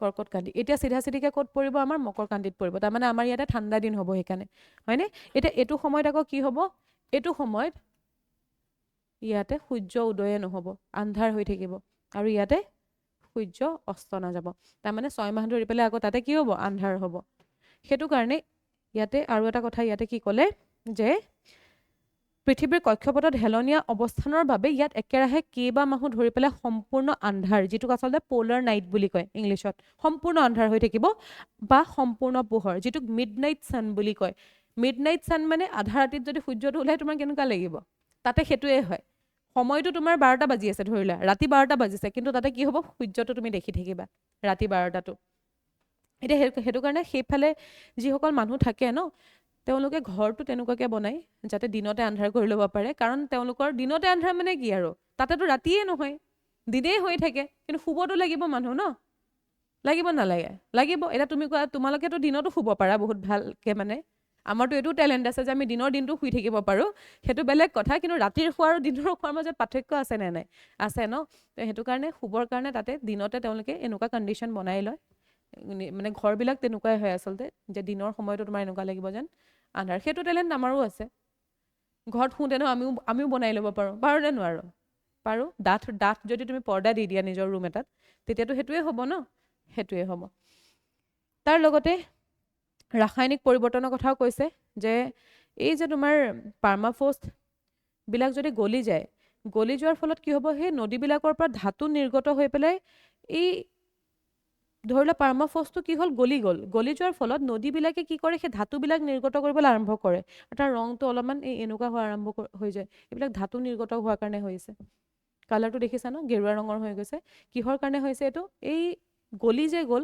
গলি যোৱাৰ ফলত কি হৈছে ধাতু কিছুমান নিৰ্গত কৰিলে আৰু সেই ধাতুবিলাকৰ কাৰণে ইয়াৰ কালাৰটো কি হৈ গ'ল সলনি হৈ গুচি গ'ল এতিয়া এই জেগাটো আমাৰ কাৰণে ইম্পৰ্টেণ্ট হয় নে নহয় যদি গলি যায় দিগদাৰ হ'বনে হ'ব ন হ'ব এতিয়া তোমালোকৰ মেইনছতো প্ৰশ্ন আহিব পাৰে আৰু প্ৰিলিমছতো প্ৰশ্ন আহিব পাৰে আমাৰ ছেকেণ্ড টপিকটো হৈ যাব আৰাৱলী পাহাৰৰ বিতৰ্ক শুনিতো আছা ন শুনিছানে এইটো কথা যে বহুত জেগাত চাগে ছ'চিয়েল মিডিয়াত দেখিছা ছেভ আৰাৱলী হয় ন মানুহে প্ৰটেষ্ট কৰি আছে কিনো হয় জানিব লাগিব ন আমি এক্সামৰ কাৰণে ইম্পৰ্টেণ্ট হয় প্ৰিলিমছৰ কাৰণে ইম্পৰ্টেণ্ট হয় প্ৰথমতে আমি এইটো চাই লওঁ কিহৰ কাৰণে আমাৰ ইম্পৰ্টেণ্ট হয় জিএছ পেপাৰ 3 কাৰণেও ইম্পৰ্টেণ্ট হয় জিএছ পেপাৰ 1ৰ কাৰণেও ইম্পৰ্টেণ্ট হয় হা 3 এনভাইৰনমেণ্টৰ ফালৰ পৰা ইম্পৰ্টেণ্ট হয় আৰু আমি যদি 1টো চাওঁ 1টো জিঅ'গ্ৰাফিৰ ফালৰ পৰা ইম্পৰ্টেণ্ট হয় এতিয়া ইয়াতে চোৱা মেইন ইয়াৰ প্ৰসংগটো কি হয় কিহৰ কাৰণে নিউজত আছে নিউজত থকা কাৰণটো হৈছে যে শেহতীয়াভাৱে কি হৈছে আৰাৱলী পৰ্বতমালাৰ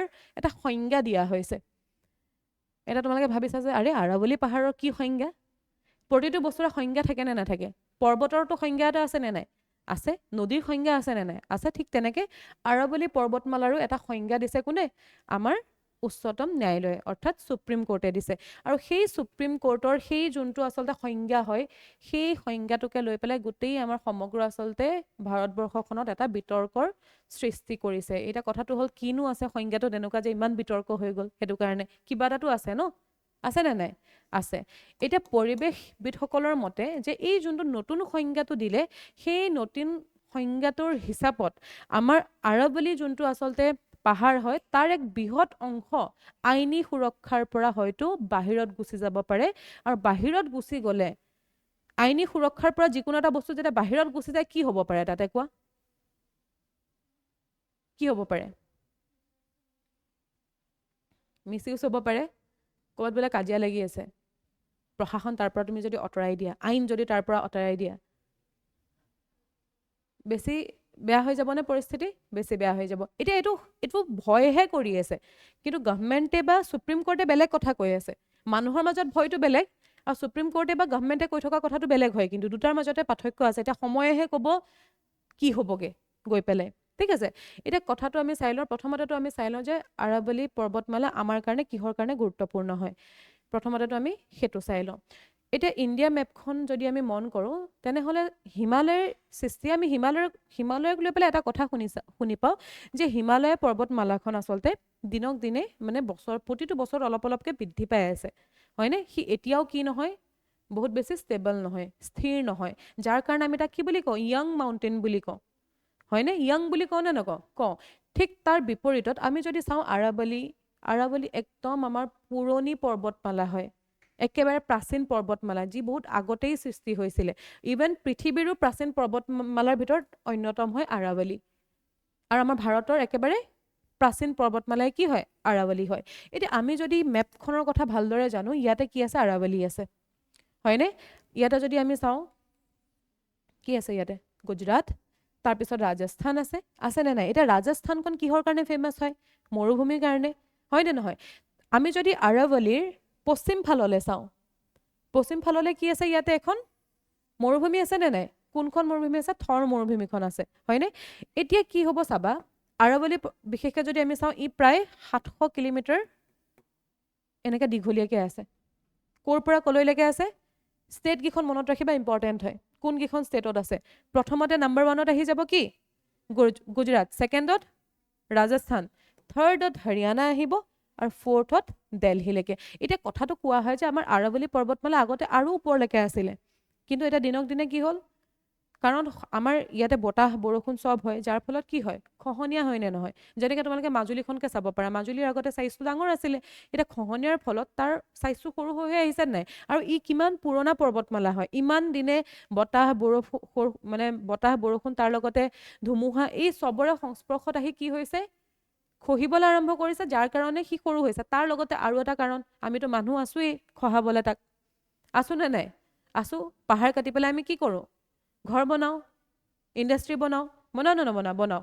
তাৰ লগতে এতিয়া সেইটো কাৰণে তাৰ যদি আমি চাওঁ, তেনেহ'লে ই অকল 700 কিলোমিটাৰহে আছেগে। আগতে আৰু আছিলে বুলি কোৱা হয়, তাতকৈও বেছি আছিলে বুলি কোৱা হয়, প্ৰায় 900ৰ ওচৰা ওচৰি বুলি কয়। এতিয়া কিমান আছেগে? 700 আছেগে, 700 আছে। আৰু এইটো চাইডে কি আছে? আমাৰ থৰ মৰুভূমিখন আছে। এতিয়া ইয়াতে ধৰি লোৱা এইফালে মৰুভূমি আছে, ঠিক আছে? এতিয়া মৰুভূমিততো বহুত ধুমুহা চুমুহাটো হৈয়ে থাকিব, বতাহটো মাৰেই চব জেগাতে।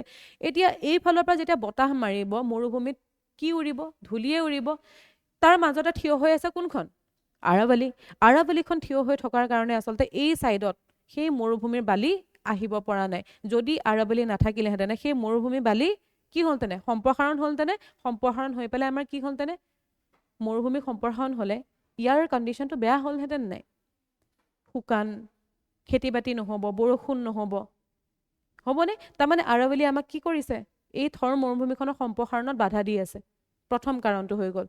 তাৰপিছত আৰু এটা ইম্পৰ্টেণ্ট হয় যে ইয়াৰ পৰা বহুত ইম্পৰ্টেণ্ট নদী ওলায়। এইখিনি জেগাত নদীৰ এনেই কম, নদী নায়েই চাবলৈ গ'লে। যিকেইখন নদী আছে সেইখন ক'ৰ পৰা উৎপত্তি হৈ আছে? বেছিভাগ আৰাৱলীৰ পৰা। এক্সাম্পলত আমি যদি কওঁ, লুনি নদীখনৰ নাম শুনিছা? লুনি, মাহী, শুনিছা? আৰু এখন আছে বানাছ, বানাছ বুলি আৰু এখন নদী আছে, নামকেইটা মনত ৰাখি থবা। লুনি, মাহী, এক ছেকেণ্ড, ইয়াতে মই লিখিয়ে দিছোঁ চাগে, ৰ'বা এবাৰ চাই লওঁ। অঁ, সাবৰমতী আছে, লুনি আছে, আৰু এখন লিখি ৰাখা, বানাছ। চৰি, মাহীখন নহয় হা, মাহীখন সিফালে আছিলে। সাবৰমতী, লুনি, বানাছ, এইকেইখন নদীৰ উৎপত্তি ক'ৰ পৰা হৈ আছে? চম্বলখন ডাইৰেক্টলি আচলতে কোনো কানেকশ্যন নাই, বাট হ'লেও অলপমান চম্বলখন, কিন্তু উৎপত্তিৰ ক্ষেত্ৰত যদি চাওঁ আমি কোনকেইখন আছে? সাবৰমতী, লুনি আৰু বানাছ, ঠিক আছে? তাৰ লগতে কি বুলি কৈছে যে এইটোৱে মৰুভূমিকৰণ ৰোধ কৰি আছে, সম্প্ৰসাৰণত বাধা দি আছে। হাৰিয়ানা হৈ গ'ল, ৰাজস্থান হৈ গ'ল, দিল্লী, এইবিলাক অঞ্চলক ৰক্ষা কৰি আছে আচলতে চাবলৈ গ'লে। তাৰ লগতে জলসম্পদ, জলসম্পদ মানে বহুত ধৰণৰ নদীৰ উৎস হয়। তাৰ লগতে আৰু এটা ইম্পৰ্টেণ্ট হয়, আমি যে কওঁ ভূগৰ্ভস্থ পানী, হয় ন? সেই ভূগৰ্ভস্থ পানীখিনিকো আচলতে ৰিচাৰ্জ কৰাত কোনে সহায় কৰে? এই আৰাৱলী পৰ্বতমালাই সহায় কৰে। যদি তাতে আৰাৱলীখন নাথাকে, ভূগৰ্ভৰ পানীয়ে নাথাকিব। পানী নাথাকিলে কি হ'ব? পানীৰ অসুবিধা, পানীৰ অসুবিধাটো অসুবিধাই, খেতি বাতি হ'ব জানো? খেতি বাতিও নহয়। তাৰমানে লাষ্টতকৈ কি হ'ব? আমাৰ খাদ্যৰ সংকট হ'ব সেই অঞ্চলখিনিত, হ'বনে? হ'ব। ইয়াতে সেইটো কথাই কৈছে যে ভূগৰ্ভস্থ পানী পুনৰ ভৰাই তোলাৰ এটা মুখ্য কেন্দ্ৰ হয় কোন? আৰাৱলীখন। তাৰ লগতে প্ৰদূষণো কি কৰি আছে? নিয়ন্ত্ৰণ কৰি আছে।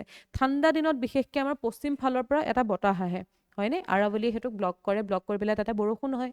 বহুতখিনি বস্তু, সেইখিনি বস্তু ইমান ডিটেইলছত নালাগে, কিন্তু ইয়াক কি বুলি কয়? উত্তৰ ভাৰতৰ বাবে সেউজ হাওঁফাওঁ বুলি কোৱা হয় আচলতে। কিহৰ কাৰণে কোৱা হয়? কাৰণ উত্তৰ ভাৰতত যি বায়ু প্ৰদূষণ হয় তাক নিয়ন্ত্ৰণ কৰাত কোনে সহায় কৰি আছে? এই আৰাৱলী পৰ্বতমালাই সহায় কৰি আছে। এটা কথাটো হ'ল নিউজটোলৈ আহোঁ যে এনেকুৱা কি কথা কৈ দিলে যে বিতৰ্ক হৈ গ'ল হয়নে? এতিয়া আৰাৱলী পৰ্বতমালাৰ আটাইতকৈ ওখ হেৰিটো কি হয়? হাইয়েষ্ট পিকটো কি হয় জানানে? কি হয়?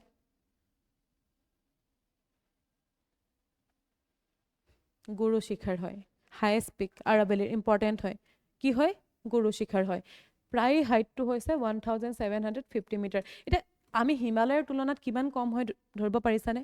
হিমালয় যদি আমি চাওঁ, আমাৰ যোনটো মাউণ্ট এভাৰেষ্ট হয়, তাৰ যদি হাইট চাবলৈ যাওঁ, সেইটো 8000তকৈ বেছি হয়। 8 কিলোমিটাৰতকৈ বেছি হয়, হয়নে? আৰু ইয়াৰে হাইয়েষ্ট পিকটো কিমান হয়? অকল 1.7 কিলোমিটাৰ হয়। হয়নে নহয়? 1.7 কিলোমিটাৰ হয়। তাৰমানে হাইটটো বহুত কম হয়। কিয়নো ই পুৰণি হয়। পুৰণি হোৱাৰ কাৰণে তাতে কি হৈছে? বহুত খনন হৈছে। খনন হৈ হৈ তাৰ হাইটটো কি হৈ গ'ল? কমি গ'ল। হয় ন? হয়তো পুৰণা আগতে মানে ইয়াৰ হাইট চাগে আৰু বেছি আছিলে, কিন্তু এতিয়া সময়ৰ লগত পৰিৱৰ্তন হৈ হৈ তাৰ কি হ'ল? হাইটটো কমি গুচি গ'ল। কিমান হয় হাইয়েষ্টটো? 1.7 কিলোমিটাৰ। এতিয়া সুপ্ৰিম কোৰ্টে কি কৰিলে? কেন্দ্ৰীয় চৰকাৰে আচলতে সুপ্ৰিম কোৰ্টৰ ওচৰত আৰাৱলী পৰ্বতমালাক লৈ পেলাই এটা সংজ্ঞাৰ কাৰণে তাতে এপিল কৰিলে। এপিল কৰাৰ পিছত কি হ'ল? সেইটো একচেপ্ট কৰি ল'লে। কোনে? সুপ্ৰিম কোৰ্টে একচেপ্ট কৰি ল'লে। এতিয়া সেই সংজ্ঞাটোৰ মতে কি কোৱা হৈছে সেইটো চাবা। কেতিয়া কৰা হৈছিলে? 20 নৱেম্বৰ 2025। ইম্পৰ্টেণ্ট নহয়, ডেটটো জানিব নালাগে। নতুন সংখ্যাটোত কি ক'লে? যে ভূভাগৰ পৰা, পৃষ্ঠৰ পৰা যিখিনি পৰ্বত 100 মিটাৰতকৈ ওপৰত আছে সেইখিনিকহে মানে আৰাৱলীৰ অংশ বুলি গণ্য কৰা হ'ব বুলি কৈ দিলে। মানে কি বুজিলোঁ আমি? যে এইটো আমাৰ ভূপৃষ্ঠ আৰু ইয়াৰ পৰা যিখিনি 100 মিটাৰতকৈ ওপৰত আছে, ধৰি লোৱা ইয়ালৈকে 100 মিটাৰ আৰু এইটো এক্সট্ৰা আছে নাই? ইয়াকহে আৰাৱলীৰ পাৰ্ট বুলি ধৰা হ'ব। আৰু যিবিলাকৰ হাইট 100 মিটাৰতকৈ কম হয় তাক আৰাৱলীৰ পাৰ্ট হিচাপে গণ্য কৰা নহ'ব বুলি ক'লে। তাৰ লগতে আৰু এটা কথা ক'লে, পৰ্বতমালাৰ স্থিতিৰ কথা ক'লে যে 500 মিটাৰ দূৰত্বৰ ভিতৰত যদি এনে দুটা পাহাৰ থাকে তেন্তে তাক আৰাৱলী ৰেঞ্জ বুলি কিন্তু ধৰা হ'ব। প্ৰথম কথাটো কি ক'লে? যে 100 মিটাৰতকৈ যদি কম হয় সি আৰাৱলীৰ পাৰ্ট নহয়। কিন্তু যদি 500 মিটাৰ ডিষ্টেঞ্চতে তেনেকুৱা দুটা আছে পাহাৰ, ঠিক আছে, 100 মিটাৰতকৈ তলতেই দুটা আছে, তেতিয়া কিন্তু তাক আৰাৱলী বুলি কৰা হ'ব। কিন্তু এটা বোলে আছে তাৰ 500 মিটাৰলৈকে আৰু বেলেগ পৰ্বত নাই, তেতিয়া কিন্তু তাক আৰাৱলীৰ পাৰ্ট হিচাপে ধৰা নহ'ব বুলি ক'লে। এতিয়া এই কথাটোক লৈ পেলাই ইমান বেছি হাল্লা হোৱাৰ কাৰণটো কি? তুমিও চাগে ভাবিছা যে কি হ'লনো তাৰপা? প্ৰব্লেমটো ক'ত? এই সংজ্ঞাটোক যিটো কথা ক'লে, তেওঁলোকেতো কোৱা নাই পৰ্বত কাটি পেলাম, পাহাৰ কাটি পেলাম। হ'লেও কিয় ছেভ আৰাৱলী কথা কৈ আছে? আৰাৱলীক বচাব লগা কি কথা আহি গ'ল 100 মিটাৰৰ লগত? কথাটো হ'ল যে ফৰেষ্ট ছাৰ্ভে অফ ইণ্ডিয়াই এটা ছাৰ্ভে কৰিছিলে। ছাৰ্ভে কৰোঁতে এইটো ধৰা পৰিছে যে আমাৰ আৰাৱলী পৰ্বতৰ 90%তকৈ বেছি পৰ্বতৰ হাইটটো 100 মিটাৰৰ তলত হয়। অকল প্ৰায় 8.7%, মানে গোটেই আৰাৱলী পৰ্বতমালাটোৰ 8.7% পৰ্বতহে কি হয় বুলি কৈছে? 100 মিটাৰতকৈ ওখ হয়। তাৰমানে 90%তকৈ বেছি পৰ্বত দেখোন এতিয়া আৰাৱলী পাৰ্ট নহয় বুলি কৈ দিব। সেইটো দি কি দিগদাৰ হ'ব পাৰে? সেইটো দি এইটো দিগদাৰ হ'ব পাৰে, যিহেতু আৰাৱলী আমাৰ যোনটো পৰ্বতমালা হয় তাতে প্ৰটেকশ্যন আছে, হয়নে? আইনী সুৰক্ষা দিয়া আছে। আছেনে নাই? আছে। এতিয়া সেই আইনী সুৰক্ষাৰ পৰা যদি কেনেবাকে, কিন্তু সুপ্ৰিম কোৰ্টে কোৱা নাই এইটো কথা যে 100 মিটাৰৰ তলৰখিনিক আইনী সুৰক্ষা দিয়া নহ'ব। কিন্তু চবৰে চিন্তাৰ কাৰণ কি হৈ গৈছে? যদি সিহঁত আইনী সুৰক্ষাৰ পৰা বাহিৰত গুচি আহিবলৈ হয়, তাতে কি হ'ব? খনন কাৰ্য হ'ব। হ'বনে নহয়? মাইনিং হ'ব, তাতে কনষ্ট্ৰাকশ্যন হ'ব। আৰু তাতে যদি কনষ্ট্ৰাকশ্যন মাইনিং হ'বলৈ হয় তেনেহ'লে এই পৰ্বতটো ধ্বংস হৈ যাব নাযায়? আৰু ই যদি ধ্বংস হৈ গুচি যায় তেনেহ'লে আমাৰ উত্তৰ ভাৰতৰ যোনটো জলবায়ু হয় সি একেবাৰে শেষ হৈ যাব। দিল্লীত যি পলিউশ্যন হৈ আছে সেইটো আৰু বেছি বৃদ্ধি পাই যাব। এতিয়া কথাটো হ'ল বিতৰ্ক হৈছে, কাৰণ কিন্তু সুপ্ৰিম কোৰ্টে বা কেন্দ্ৰীয় চৰকাৰে এইটো কৈছে যে তেনেকুৱা কথা নহয়, প্ৰটেকশ্যন দিয়াই হ'ব। 100 মিটাৰৰ বাহিৰত মানে প্ৰটেকশ্যন নিদিয়াটো বুজাই থকা নাই। কিন্তু হ'লেও যিসকল মানে পৰিৱেশৰ লগত খুব জড়িত ব্যক্তি হয় তেওঁলোকৰ পৰা ধৰি পেলাই তাৰ যোনখিনি মানুহ হয় তেওঁলোকৰ চিন্তাৰ কাৰণ হৈছে যে কেনেবাকে যদি আইনী সুৰক্ষাৰ পৰা বাহিৰত যাবলৈ হয় তেনেহ'লে আৰাৱলী পৰ্বতমালা ধ্বংস হৈ যাব। এনেও আৰাৱলী পৰ্বতমালাত কি হৈ আছিলে, আৰু সুপ্ৰিম কোৰ্টে বা কেন্দ্ৰীয় চৰকাৰৰ মতে এইটো কৈছে যে এই যে নতুন সংজ্ঞাটো আগবঢ়োৱাৰ কাৰণটো হৈছে যে তাতে অলৰেডি বহুত ইলিগেলি মাইনিং হৈ থাকে। তাতে কি হয় ইলিগেলি মাইনিং মানুহে কৰিয়ে থাকে তাক ৰোধ কৰিবৰ কাৰণেহে এই ষ্টেপটো লোৱা হৈছে বুলি জনাইছে এটা সময়ে ক'ব কি হ'ব বিতৰ্কটো হৈছে বিতৰ্কৰ কাৰণে আমি পঢ়িব লাগিব আমাৰ কাৰণে কি ইম্পৰ্টেণ্ট হয় আৰাৱলী পৰ্বতমালাৰ কথা জনাটো ইম্পৰ্টেণ্ট হয় কেনেকৈ সৃষ্টি হ'ল ইমান ইম্পৰ্টেণ্ট নহয় সেইটো এতিয়া চাব নালাগে তোমালোকে আৰু ইয়াৰ ফলত হ'ব পৰা বিপদসমূহ কি কৈছে যে সুৰক্ষা হ্ৰাস হ'ব পাৰে আৰু যদি সুৰক্ষা হেৰি হৈ গৈছে যে তেনেহ'লে দিল্লী যোনটো NCR হয় আৰু তাৰ লগতে নেশ্যনেল কেপিটেল ৰিজন NCRৰ ফুল ফৰ্ম জানা কি হয় নেশ্যনেল কেপিটেল ৰিজনৰ কথা কৈ আছে আৰু ৰাজস্থানৰ বহুতো কম উচ্চতাৰ যিবিলাক পাহাৰীয়া অঞ্চল আছে সি আৰাৱলীৰ পৰিধিৰ বাহিৰত থাকিব আৰু যদি বাহিৰত থাকে তাতে হয়তো কি হ'ব পাৰে মাইনিং হ'ব পাৰে কনষ্ট্ৰাকশ্যন হ'ব পাৰে তেতিয়া আৰু বেছি পৰিৱেশটো কি হ'ব নষ্ট হ'ব তাৰ লগতে নগৰীকৰণ আৰু নিৰ্মাণ কাৰ্য যদি আইনী সুৰক্ষাৰ পৰা বাহিৰ হৈ গুচি যায় তাতেতো মানুহেতো ঘৰ বনাব নবনায় তাৰ লগতে পৰিস্থিতিতন্ত্ৰৰ ক্ষতি হ'বনে পাহাৰবিলাক যদি কাটি পেলাই তেনেহ'লে কি হ'ব পানীৰ সংকট হ'ব ধূলিময় পৰিৱেশৰ হ'ব কাৰণ সিটো ৰখাই আছিলে ন সেইফালৰ পৰা ধূলি আহিবলৈ এতিয়া ধূলিময় পৰিৱেশ হ'ব শুকান হ'ব পানী নাথাকিব পৰিস্থিতি কি হৈ যাব বহুত বেছি বেয়া হৈ গুচি যাব তাৰ লগতে জনসাধাৰণৰ কি হ'ব জনসাধাৰণ বা সমাজৰ কাৰণেও আচলতে বৰ এটা ঠিকটো নহয় পৰিৱেশ নষ্ট হ'লে জনসাধাৰণ বা সমাজৰ কাৰণে কেনেকৈ ভাল হ'ব পাৰে তাৰ লগতে এতিয়া চোৱা ভৱিষ্যতৰ পথ মানে আমি কি কৰিব পাৰোঁ ইয়াক আমি ৰোধ কৰিবৰ কাৰণে কি কৰিব পাৰোঁ প্ৰথমটো হৈছে যে পৰিৱেশ তন্ত্ৰৰ সুৰক্ষা গোটেই পৰিৱেশ তন্ত্ৰটো সুৰক্ষা তাতে আমি কি কৰিব লাগিব নিশ্চিত কৰিব লাগিব যে আমাৰ সংজ্ঞাক লৈ পেলাই একো প্ৰব্লেম নাই কিন্তু পৰিৱেশটো কি হ'ব লাগে তাতে নিশ্চিত হৈ থাকিব লাগিব আমাৰ হাইটক লৈ একো প্ৰব্লেম নাই তেনেকুৱাকৈ হয় ন ইয়াত সেইটোৱে কৈছে যে কেৱল উচ্চতাৰ ওপৰত ভিত্তি নকৰি সমগ্ৰ উপত্যকা ঢাল আৰু বন্যপ্ৰাণীৰ পথসমূহক সুৰক্ষাৰ আওতালে আনিব লাগিব তাৰ কথাটো হৈছে তেওঁলোকে কাৰণ কৈছে যে সুৰক্ষা দিবৰ কাৰণে কৰি আছে কিন্তু অকল 100 মিটাৰৰ ক্ষেত্ৰতে যদি কয় সেইটো কেনেকৈ সুৰক্ষা দিব আৰুতো বেলেগো আছে কাৰক সেইখিনিও চাব লাগিব তাৰ লগতে আইনী সুৰক্ষা হয়নে পৰিৱেশ সুৰক্ষা যোনখন আইন আছে তাৰ অধীনত এই অঞ্চলসমূহক কঠোৰভাৱে সুৰক্ষিত কৰিব লাগে বুলি কোৱা হৈছে তাৰপিছত জলবায়ু সহনশীলতা অৰ্থাৎ আৰাৱলী কেৱল পাহাৰ হিচাপে গণ্য কৰাই নহয় আমি ধৰিলে পাহাৰকতো পাহাৰ হিচাপে চাওঁ কিন্তু তুমি তাৰ লগতে এইটোও চাব লাগিব যে সেই পাহাৰে আচলতে কিমান বচাই আছে হয় ন তাক অকল পাহাৰ হিচাপে নাচাই উত্তৰ ভাৰতৰ জলবায়ু ৰক্ষাৰ এক প্ৰাকৃতিক ঢাল হিচাপে স্বীকৃতি দি পেলাই নীতি নিৰ্ধাৰণ কৰিব লাগে বুলি কোৱা হৈছে অৰ্থাৎ তাক অকল পাহাৰ হিচাপেই নহয় তাক আচলতে এটা সুৰক্ষাৰ ঢাল হিচাপে চিহ্নিত কৰিব লাগে বুলি কৈছে যাতে তাতে আইনী সুৰক্ষা যিমান পাৰে সিমানে তাতে আইনী সুৰক্ষা যাতে দিব পাৰে যাতে আৰাৱলী পৰ্বতমালাটো বাচি থাকে এইটো কাৰণে নিউজত আছিলে ইম্পৰ্টেণ্ট হয় ন ইম্পৰ্টেণ্ট হয় এক্সামৰ কাৰণে ইম্পৰ্টেণ্ট হয় হিমালয় কেনেকৈ বাঢ়ি আছে হিমালয়ৰ মই ক'লোঁ যে হিমালয়ৰ হাইটটো বাঢ়ি আছে হিমালয়খনৰ সৃষ্টি কেনেকৈ হৈছিলে আমি সেইটো বুজিবৰ কাৰণে এটা বস্তু জানিব লাগিব যে আমাৰ পৃথিৱীৰ যে পৃষ্ঠখন হয় সেই পৃথিৱীৰ পৃষ্ঠখন আচলতে কঠিন অৱস্থাত আছে হয়নে আৰু সি এটা ভাগত নাই এই আমাৰ পৃথিৱীৰ যোনখন পৃষ্ঠ হয় সেই পৃষ্ঠভাগ বিভিন্ন ভাগত বিভিন্ন টুকুৰাত বিভক্ত হৈ আছে আৰু সেই ভাগবিলাকক আমি ফলক বুলি কওঁ প্লেটছ বুলি কওঁ ঠিক আছে অৰ্থাৎ এতিয়া এই আমাৰ পৃথিৱীখন ধৰিলে বেলেগ বেলেগ প্লেটত ভাগ হৈ আছে আৰু ইয়াক আমি কি বুলি ক'লোঁ ফলক অসমীয়াত ফলক বুলি কওঁ আৰু ইংলিছত কি বুলি কওঁ প্লেটছ বুলি কওঁ আৰু এই প্লেটছসমূহে গতি কৰি থাকে প্লেটছসমূহে কি কৰে গতি কৰি থাকে এতিয়া আমি ইয়াত অকল এটা পাৰ্টে চাম সেইটো হৈ গ'ল যে আমাৰ এইফালে ওপৰ ফললে ইউৰেছিয়ান প্লেট আছে কোনখন প্লেট হয় ইউৰেছিয়ান প্লেট হয় তলফালে কোনখন আছে আমাৰ ইণ্ডো অষ্ট্ৰেলিয়ান প্লেটখন আছে বা ইণ্ডিয়ান প্লেট বুলিও ক'ব পাৰা হয়নে আৰু এই প্লেটখন কোনফালে গতি কৰি আছে উত্তৰ ফালে আৰু ইয়াৰে কি হৈছিলে সংঘৰ্ষ হৈছিলে কাৰ লগত দুখন প্লেট মুখামুখিকৈ সংঘৰ্ষ কৰিছিলে আৰু সেই সংঘৰ্ষৰ ফলতেই দুইখন প্লেট লাহে লাহে ওপৰলৈ উঠিবলৈ আৰম্ভ কৰিলে আৰু তাতে কিহৰ সৃষ্টি হৈছিলে আমাৰ হিমালয় পৰ্বতমালাৰ সৃষ্টি হৈছিলে এতিয়া এই পিকচাৰখনতো আমি অলপমান চাই ল'ব পাৰোঁ ইয়াতে আমাৰ কি হৈ গ'ল এইফালে যোনখন প্লেট আছে এখন কি হয় ইউৰেছিয়ান প্লেট এইফালে থকাখন ইণ্ডিয়ান এইখন এনেকৈ গতি কৰাৰ ফলত দুখনৰ মাজতে সংঘৰ্ষ হ'ল আৰু সংঘৰ্ষ হোৱাৰ ফলত দুইখন ওপৰলৈ উঠিবলৈ আৰম্ভ কৰিলে আৰু এই সংঘৰ্ষটো আজিও হৈ আছে আৰু আজিও যিহেতু সংঘৰ্ষ হৈ আছে সংঘৰ্ষ হ'লে কি হ'ব এখন প্লেটে যদি আনখন প্লেটত ঠেলি আছে সি অলপ অলপকৈ ওপৰলৈ গৈ থাকিব মানে অলপ অলপকৈ ওপৰলৈ গৈ থাকিব সেইটো কাৰণে হিমালয়ৰ যোনটো উচ্চতা হয় সি আজিও বাঢ়ি আছে বছৰি প্ৰায় 5 মিলিমিটাৰকৈ বাঢ়ি থকা বুলি কোৱা হয় সেইটো কাৰণে ইমান ভূমিকম্প আহি থাকে ঠিক আছে এতিয়া আমি যাওঁ আমাৰ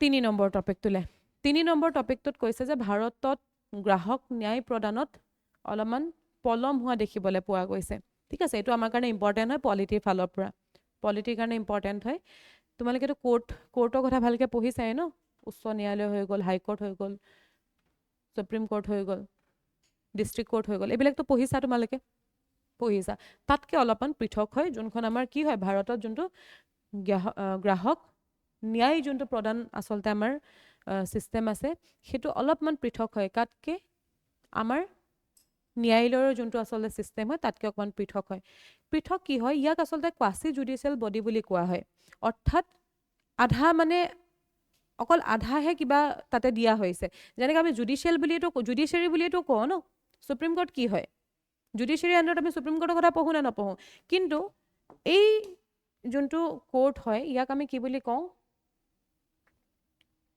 লিখিছোঁ চাগে মই অৰ্থ বিচাৰ বিভাগীয় সংস্থা বুলি কওঁ কোৱাচি জুডিচিয়েল বুলি কওঁ আধা তাৰমানে কি হয় ই কোৰ্টৰ নিচিনাই হয় খালি গোটেইখিনি বস্তু তাতে কোৰ্টৰ নিচিনাই হয় কিন্তু আমি কোৰ্টটো জুডিচিয়াৰীত চাওঁ ন ই অলপমান এক্সট্ৰা কিবা এটা হৈ যায় এক্সট্ৰা এলিমেণ্ট হয় ইয়াক এক্সট্ৰাকৈ ৰখা হৈছে কিহৰ কাৰণে ৰখা হৈছে যাতে যিবিলাক কিছুমান কেছ থাকে সেই কেছবিলাক যাতে ইয়াতে ছল্ভ হয় আৰু সেই কেছখিনি যদি সুপ্ৰিম কোৰ্টত যায় সুপ্ৰিম কোৰ্টত এনেই পেণ্ডিং হৈ থাকে কেছ হয়নে যিবিলাক কেছ ইয়াতে ছল্ভ কৰিব পাৰি যাতে মেইন কথা হৈছে যে যোনবিলাক গ্ৰাহকৰ যোনবিলাক অভিযোগ থাকে কনজিউমাৰ কোন হয়তো বুজি পাইছা গ্ৰাহক হয়নে গ্ৰাহকৰ আমাৰ অভিযোগ নাথাকে জানো বহুত ক্ষেত্ৰত সেই গ্ৰাহকৰ অভিযোগটো যদি মই সুপ্ৰিম কোৰ্টত দিবলৈ যাওঁ সুপ্ৰিম কোৰ্টত কিমান ডাঙৰ ডাঙৰ কেছ আছে নে নাই আছে আৰু ছল্ভ কৰিব আৰু পেণ্ডিং হ'ব সেইটো কাৰণে কি হ'ল ইয়াক স্থাপন কৰা হৈছিলে বিশেষকৈ গ্ৰাহকৰ অভিযোগসমূহক সহজ আৰু কম খৰচ আৰু নিৰ্দিষ্ট সময়ৰ ভিতৰতে সমাধান কৰিবৰ কাৰণে যাতে তোমাৰ খৰচটো কম হয় এতিয়া চাবলৈ গ'লে আমাৰ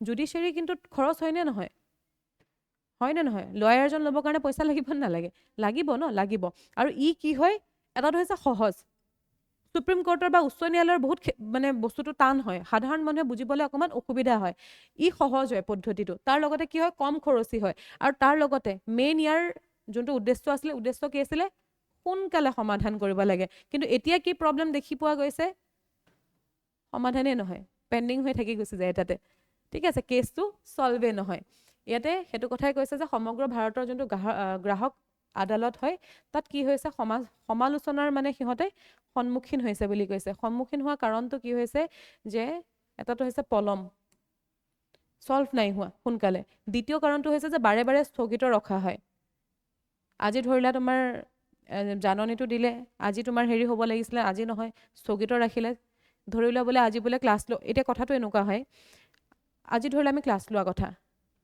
আমি বোলে আজি ক্লাছটো পেণ্ডিং ৰাখিলোঁ আজি ক্লাছটো পেণ্ডিং হ'লে নাই কাইলৈ লোৱা কথা আছিলে কাইলৈতো নকৰিলোঁ কাইলৈতো পেণ্ডিং হ'ল পৰহিলৈ আছিলে পৰহিলৈতো নকৰিলোঁ তো পেণ্ডিং বাঢ়ি গৈ থাকিব নাই পেণ্ডেঞ্চিটো ঠিক তেনেকৈ ইয়াতো সেইটোৱে হয় আজি এইটো ছল্ভ কৰিব লাগিছিলে নকৰে স্থগিত ৰাখি দিলে আজি নকৰোঁ বুলি এইটো থাকিলে কাইলৈতো নতুনকৈ কেছ এটা আহিলে আকৌ সেইটোও স্থগিত থাকিলে বাঢ়ি পেলাই গৈ আছে আৰু তাৰ কাৰণে কি হৈছে বুলি কৈছে সমালোচনা হৈছে বুলি কৈছে আৰু তাৰ লগতে আমাৰ ন্যায় পদ্ধতিৰ কাম কি সোনকালে জাষ্টিচ দিয়া জাষ্টিচটো কি হৈ আছে ডিলে হৈ আছে এটা তোমাৰ চেণ্টেঞ্চ কোৱা হয় নহয় জাষ্টিচটো ডিলে হোৱা মানে জাষ্টিচটো ডিনাই কৰা বুলি কয় মানে ডিলেকে জাষ্টিচ পাই একো লাভ নাই লাভ আছে জানো লাভ আছে নাই আৰু সেইটোৱে ইয়াতে মেইন প্ৰব্লেমটো সেইটোৱে হৈছে যে ইয়াতে দেৰি হৈ আছে এতিয়া আমি অলপমান চাওঁ কিহৰ কথা গ্ৰাহক আদালতনো কি হয় সেইটোৱে চাওঁ কি হয় বুলি কৈছে গ্ৰাহক আদালতসমূহ হ'ল অৰ্থ বিচাৰ বিভাগীয় সংস্থা মানে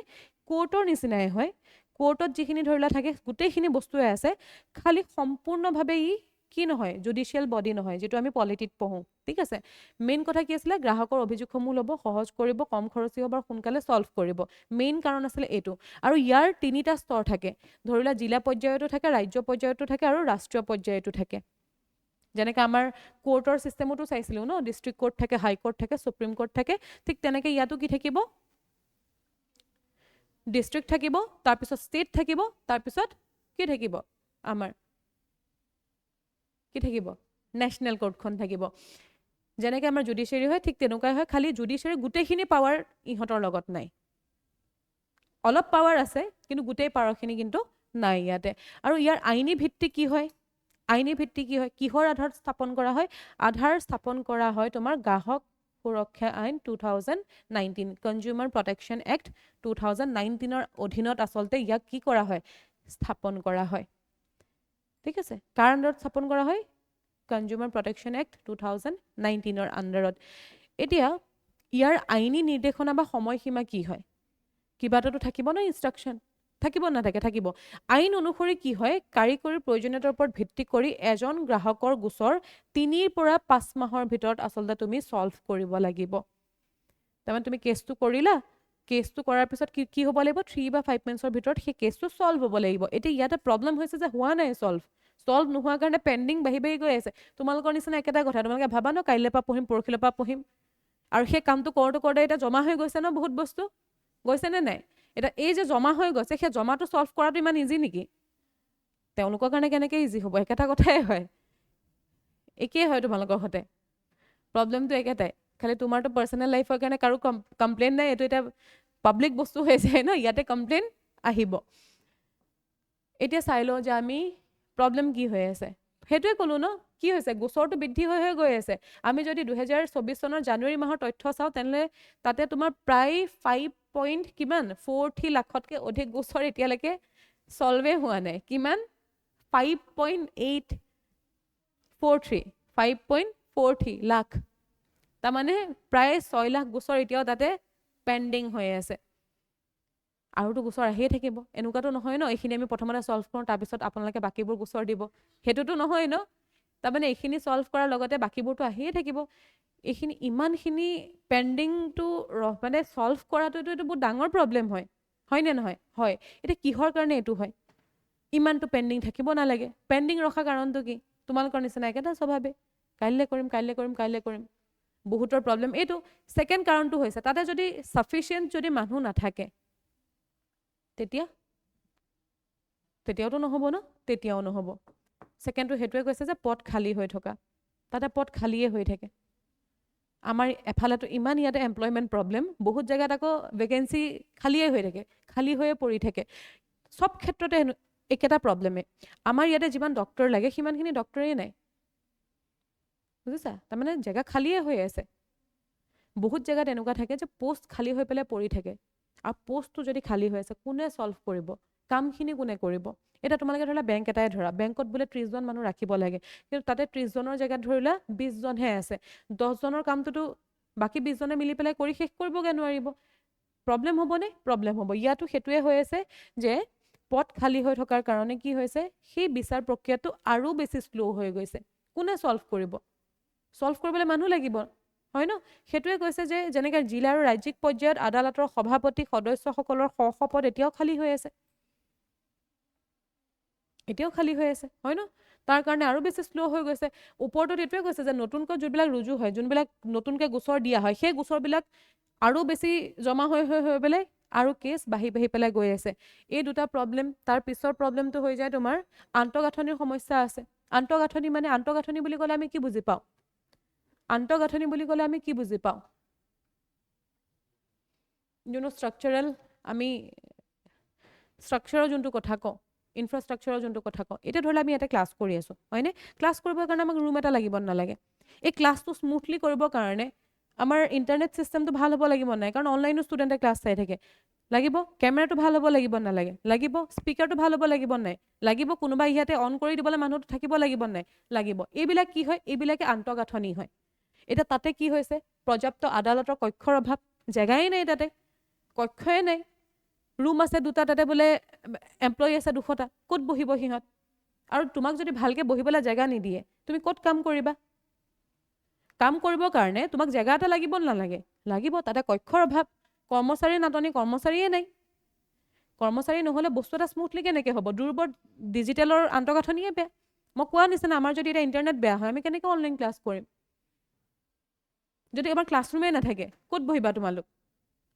সৰু বোলে ৰুম এটা বহিবলৈ বেঞ্চেই নাই থেপাথেপিকৈ বহিব লাগিব বহুতে ভাবিব যে এনেকৈ ক্লাছ কৰাতকৈ নকৰাই ভাল সিহঁতৰো সেই একেটা কথাই আহে আন্তঃগাঁথনিটো বেয়া কাৰণে তাতে কি হয় বিষয় মানে মেইন যোনটো প্ৰবলেম হয় সেই প্ৰবলেমটোত ফ'কাছেই নাযায় হয়নে বা বিষয়বস্তুৰ ওপৰত বিশেষজ্ঞৰ জ্ঞানৰ অভাৱ এতিয়া মই বৰ্ডখন অন কৰিব পাৰিমহি নেকি কেতিয়াবা শিকি যোৱাটো বেলেগ কথা টাইমৰ লগত কিন্তু মইতো নাজানিম ন, ধৰি লোৱা এই বোলে ভিডিঅ' এটা কৰিলোঁ, আমি ভিডিঅ'টো কেনেকৈ আপলোড দিম, মইতো নাজানিম ন, সেইটো জানিবৰ কাৰণে কোনোবাটো বিশেষজ্ঞ লাগিব, লাগিব নালাগে? লাগিব।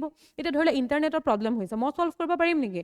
নোৱাৰোঁ, তাৰ কাৰণে এক্সপাৰ্ট থাকিব লাগিব। আৰু সেই যদি এক্সপাৰ্টেই নাথাকে, মানি লোৱা মোৰ লগত ইণ্টাৰনেট আছে, ইণ্টাৰনেট ছিষ্টেম বিৰাট ভাল হয়, কিন্তু কেতিয়াবা যদি সেইটো বেয়া হৈ যায়, ভাল কৰিবলৈ কোনো বিশেষজ্ঞ নায়েই, কোনে ভাল কৰিব? ক্লাছটো ৰখি যাব ন, তেতিয়া ৰখি যাব। এইবিলাক প্ৰব্লেমৰ কাৰণে আচলতে কি হৈছে, দেৰি হৈ থাকে। তাৰ লগতে পদ্ধতিগত কিছুমান পলমো হয়। প্ৰচিডিউল মানে সেই কামটো কৰি থকাৰ অৱস্থাতো কিছুমান বিসংগতি ঘটে। প্ৰথম বিসংগতিটো এইটোৱে হ'ল যে বিৰোধী পক্ষলৈ জাননী প্ৰেৰণত পলম হয়। কেছ কেনেকৈ ছল্ভ হ'ব? তুমি যদি বিৰোধী পক্ষ, তুমি যাৰ ওপৰত কেছ কৰিছা বা যিটো প্ৰব্লেম দিছা, সেই বিৰোধী পক্ষলৈকে নটিছেই যোৱা নাই, প্ৰেৰণ কৰোঁতে দেৰি হৈ গ'ল, কি হ'ব? বাৰে বাৰে যোনটো শুনানিৰ যোনটো আচলতে ডেট দিয়ে, সেইটো পিছুৱাই থাকে, আজি নহয় কাইলৈ নহয়, সেইটোৱেতো হয় ন। কোনোবাই যদি কেতিয়াবা কোৰ্টত কিবা কাৰণত গৈ পাইছা, তোমালোকে গম পাবা কাইলৈ আহিব, পৰহিলৈ আহিব, এমাহ পিছত আহিব, দুমাহ পিছত আহিব, সেইটোৱে হয়। বেংকতো বহুত ক্ষেত্ৰত বেংকতো এইটো দেখি আজিকালিতো বহুত ভাল হ'ল। আগতে বেংকতো এইটো হৈছিলে, আজি নহ'লে কালি নহ'লে কাইলৈ আহিব, আজি নহ'ব কামটো, পৰহিলৈ আহিব, ইহঁতৰ সেই একেটা কথাই হয়, হয় ন। আৰু বিশেষজ্ঞৰ প্ৰমাণ পত্ৰ বা সাক্ষী সংগ্ৰহৰ নামত হোৱা দীৰ্ঘদিনীয়া প্ৰক্ৰিয়া, প্ৰমাণ পত্ৰ লাগিব ন, কিবা এটা তুমি হেৰি কৰিবলৈ, লগতে সাক্ষীও লাগিব, এনেইতো কেছ এটা দি দিলে নহয় ন। এই গোটেইবিলাক সংগ্ৰহ কৰোঁতে বহুত সময় লাগে। তাৰমানে কেছ এটা ছল্ভ কৰিবৰ কাৰণে যিখিনি বস্তু আমাক লাগে, প্ৰমাণটো লাগিব ন। এনেই কেছটো লৈ পেলাই থৰি তোমাক জেলত সোমাই দিব কোনোবাই, বা তোমাক দোষী বুলি ক'ব, প্ৰমাণ লাগিব। আৰু সেই প্ৰমাণখিনি কি কৰিব লাগিব? সংগ্ৰহ কৰিব লাগিব। তাৰ কাৰণে তুমি উইটনেছ যোনবিলাক থাকে, যোনে গৈ পেলাই সাক্ষী দিয়েগৈ, তাৰ পৰা সেই বস্তুখিনি লওঁতেনে প্ৰলম হয়, যাৰ কাৰণে অভাৰঅল লাষ্টত গৈ কি হ'ব? এণ্ডিংটো ডিলে হৈ যাব। তো এইখিনি হৈ গ'ল আমাৰ প্ৰব্লেম, আৰু এইটো কাৰণে নিউজত আছিলে আচলতে যে ডিলে হ'ল। এতিয়া ভাল কৰিবৰ কাৰণে কি কৰিব লাগিব? ভাল কৰিবৰ কাৰণে বিশেষকৈ মেইনছত ইম্পৰ্টেণ্ট হয়, মেইনছত প্ৰশ্ন আহিব পাৰে। প্ৰথমটো কি কৰিব লাগিব? পেণ্ডিং কেছখিনি ছল্ভ কৰিব লাগিব। এইখিনি ছল্ভ কৰিবৰ কাৰণে কি? এমপ্লয়মেণ্ট হ'ব লাগিব, তাৰ লগতে আন্তঃগাঁথনি ভাল হ'ব লাগিব। যিখিনি সমস্যা আছে, চোৱা, সমস্যা যি থাকে সেইটোৱে সমাধান। সমস্যাৰ সমাধান লিখিবলৈ খুব ইজি। প্ৰতিটো আমি যে ৱে ফৰৱাৰ্ড লিখিব লাগে, মেইনছৰ যেতিয়া এনচাৰ লিখোঁ, মেইনছৰ এনচাৰত আমি লিখিব লাগে ন, সমস্যাটো আমি কেনেকৈ সমাধান কৰিম। সেই সমস্যাটোৰ সমাধানেই সমাধান হয় আল্টিমেটলি। তুমি যদি সমস্যাকেইটা জানিব পাৰিছা, সমাধানত এইটো লিখি দিলেই হ'ল। এইটো প্ৰব্লেম হৈছে, এইটো ছল্ভ কৰিলেই হৈ গ'ল সমাধান। কেনেকৈ সমাধান কৰিব লাগে সেই বস্তুটো জানিব লাগিব। পদ খালী হৈ থকাটো কেনেকৈ ভাল হ'ব? ভৰ্তি হ'ব লাগিব, হয় না? হ'ব লাগিব ভৰ্তি। আন্তঃগাঁথনি কেনেকৈ ভাল হ'ব? ঠিক কৰিব লাগিব। যোনখিনি জেগাত বিশেষজ্ঞ লাগে তেওঁলোকক ভৰ্তি কৰাব লাগিব। এইখিনিয়ে চলিউশ্যন আছে ন, এইখিনিয়ে চলিউশ্যন আছে।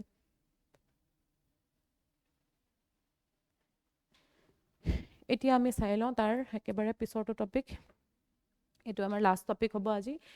ইয়াৰ পিছত তোমালোকৰ কাৰেণ্ট এফেয়াৰ্ছৰ পেটাৰ্ণটো বেলেগ হ'ব, গম অলৰেডি পাইছাই ন, পাইছা। আৰু বিশেষকৈ আমি প্ৰিলিমছৰ কাৰণে যিখিনি টপিক ইম্পৰ্টেণ্ট হয়, সেই টপিকখিনি আমি ল'ম। প্ৰিলিমছ আগত আছে ন, মেইনছৰ কাৰণে এতিয়া ইমান এটা ইম্পৰ্টেণ্ট নহয়, প্ৰিলিমছৰখিনি বিশেষকৈ আমাৰ কাৰণে বেছিকৈ ইম্পৰ্টেণ্ট হয়। এতিয়া চাই লওঁ আমি বিকশিত ভাৰতৰ ৰোজগাৰ আৰু জীৱিকা মিছন আইন। নামটো নতুন, কিন্তু তোমালোকক যদি মনৰেগাৰ নাম কওঁ, মনৰেগাৰ নামটোতো শুনিছা ন, সেইটোৱে হয়। সেইটোৰে নামটো কি হ'ল এতিয়া? চেঞ্জ হৈ পেলাই কি হ'লগৈ আমাৰ বিকশিত ভাৰত ৰোজগাৰ আৰু জীৱিকা মিছন গ্ৰামীণ হয়, এইটো আইন 2025। কিহৰ কাৰণে ইম্পৰ্টেণ্ট হয়? আমাৰ পলিটি আৰু গভৰ্নেন্সৰ কাৰণে ইম্পৰ্টেণ্ট হয়। প্ৰসংগ কি হয় যে ভাৰতৰ ৰাষ্ট্ৰপতিয়ে শেহতীয়াভাৱে কি হৈছে যে আমাৰ সংসদৰ যোনটো শীতকালীন অধিৱেশন হয়, বৰ্তমান এইটোৱে চলি আছে ন, পলিটিৰ বস্তু হয়। এতিয়া আমি মানে এইটোলৈ নাযাওঁ, শীতকালীন অধিৱেশনৰ কথা। আমাৰ সংসদৰ যোনটো শীতকালীন অধিৱেশন হয়, তাতে গৃহীত হোৱা এই যোনখন আইন হয়, সেই আইনখনত কি কৰিছে? সন্মতি প্ৰদান কৰিছে। অৰ্থাৎ ই এতিয়া আইন হৈ থকা নাই। উল্টা ক'লো। আগতে এখন প্ৰথম অৱস্থাত এখন বিল হৈ আছিলে, এতিয়া এখন কি হয়? এক্ট হয়। যেতিয়া সন্মতি দি দিলে, সন্মতি দিয়াৰ লগালগ কি হৈ গ'ল? এখন এক্ট হৈ গ'ল, আইন হৈ গ'ল। আগতে কি আছিলে? এখন বিলক অসমীয়াত কি বুলি কয়? পঢ়াইছে ন, বিধেয়ক বুলি কয়। এতিয়া আমাৰ কি হৈ গ'ল? সন্মতি দিয়াৰ লগালগ সেইখন কি হৈ গ'ল? আইন হৈ গ'ল। সন্মতি প্ৰদান কৰিলে অলৰেডি, হয়নে? এতিয়া নামটো চেঞ্জ কৰিলেনো কিনো হ'ল?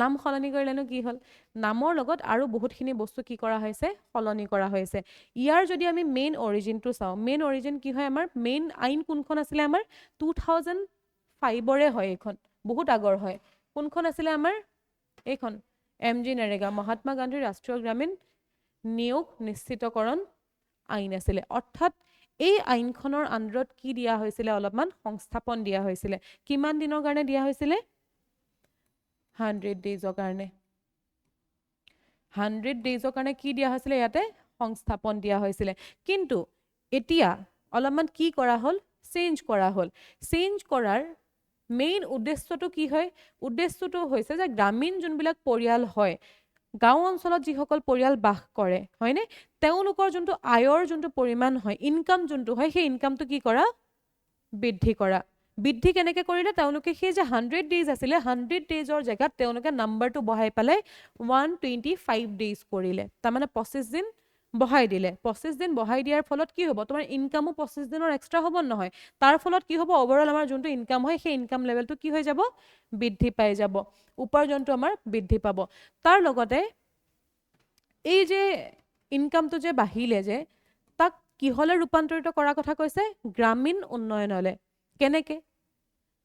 কেনেকে উন্নয়ন হ'ব অৰ্থাৎ ইয়াতে কি বুলি ক'লে প্ৰথমতে পৰিয়ালৰ যোনটো হয় পৰিয়ালৰ ইনকামটো বঢ়োৱাৰ কথা ক'লে আৰু সেই পৰিয়ালৰ ইনকামটো বঢ়োৱাৰ যোগেদি গাঁওবিলাকৰ উন্নয়নৰ কথা ক'লে কিহৰ কাৰণে যে কেৱল কামৰ বিনিময়ত মজুৰি দিয়া নহ'ব অকল কামৰ বিনিময়তে তোমাক কাম দি নিদিয়ে মানে ঠিক আছে কি বুলি ক'লে বৰঞ্চ গাঁও অঞ্চলত স্থায়ী আৰু উপযোগী সম্পদ তাতে কি বুলি কৰা হ'ব বুলি কৈছে সংস্থাপন কৰা হ'ব বুলি কৈছে যেনেকৈ ধৰিলা হৈ গ'ল জলসিঞ্চন ব্যৱস্থা হৈ গ'ল পথ হৈ গ'ল বা পকীগৃহ হৈ গ'ল অৰ্থাৎ এই যে কাম যে দিব কাম ক'ত দিব এই সম্পদবিলাকক সৃষ্টি কৰাতে দিব তাৰমানে ইয়াতে দুটা কাম হৈ গ'ল দুটা কাম কেনেকৈ হ'ল যে গাঁও অঞ্চলত সম্পদো হ'ল তাৰ লগতে কি হ'ল কোনোবাই কামো পালে তাৰমানে কি হ'ল কামটোতো কামৰ কাৰণে কোনোবা এটা পৰিয়ালৰটো উন্নতি হৈছে তাৰ লগতে সেই গাঁও অঞ্চলৰো কি হৈ গ'ল উন্নতি হৈ গ'ল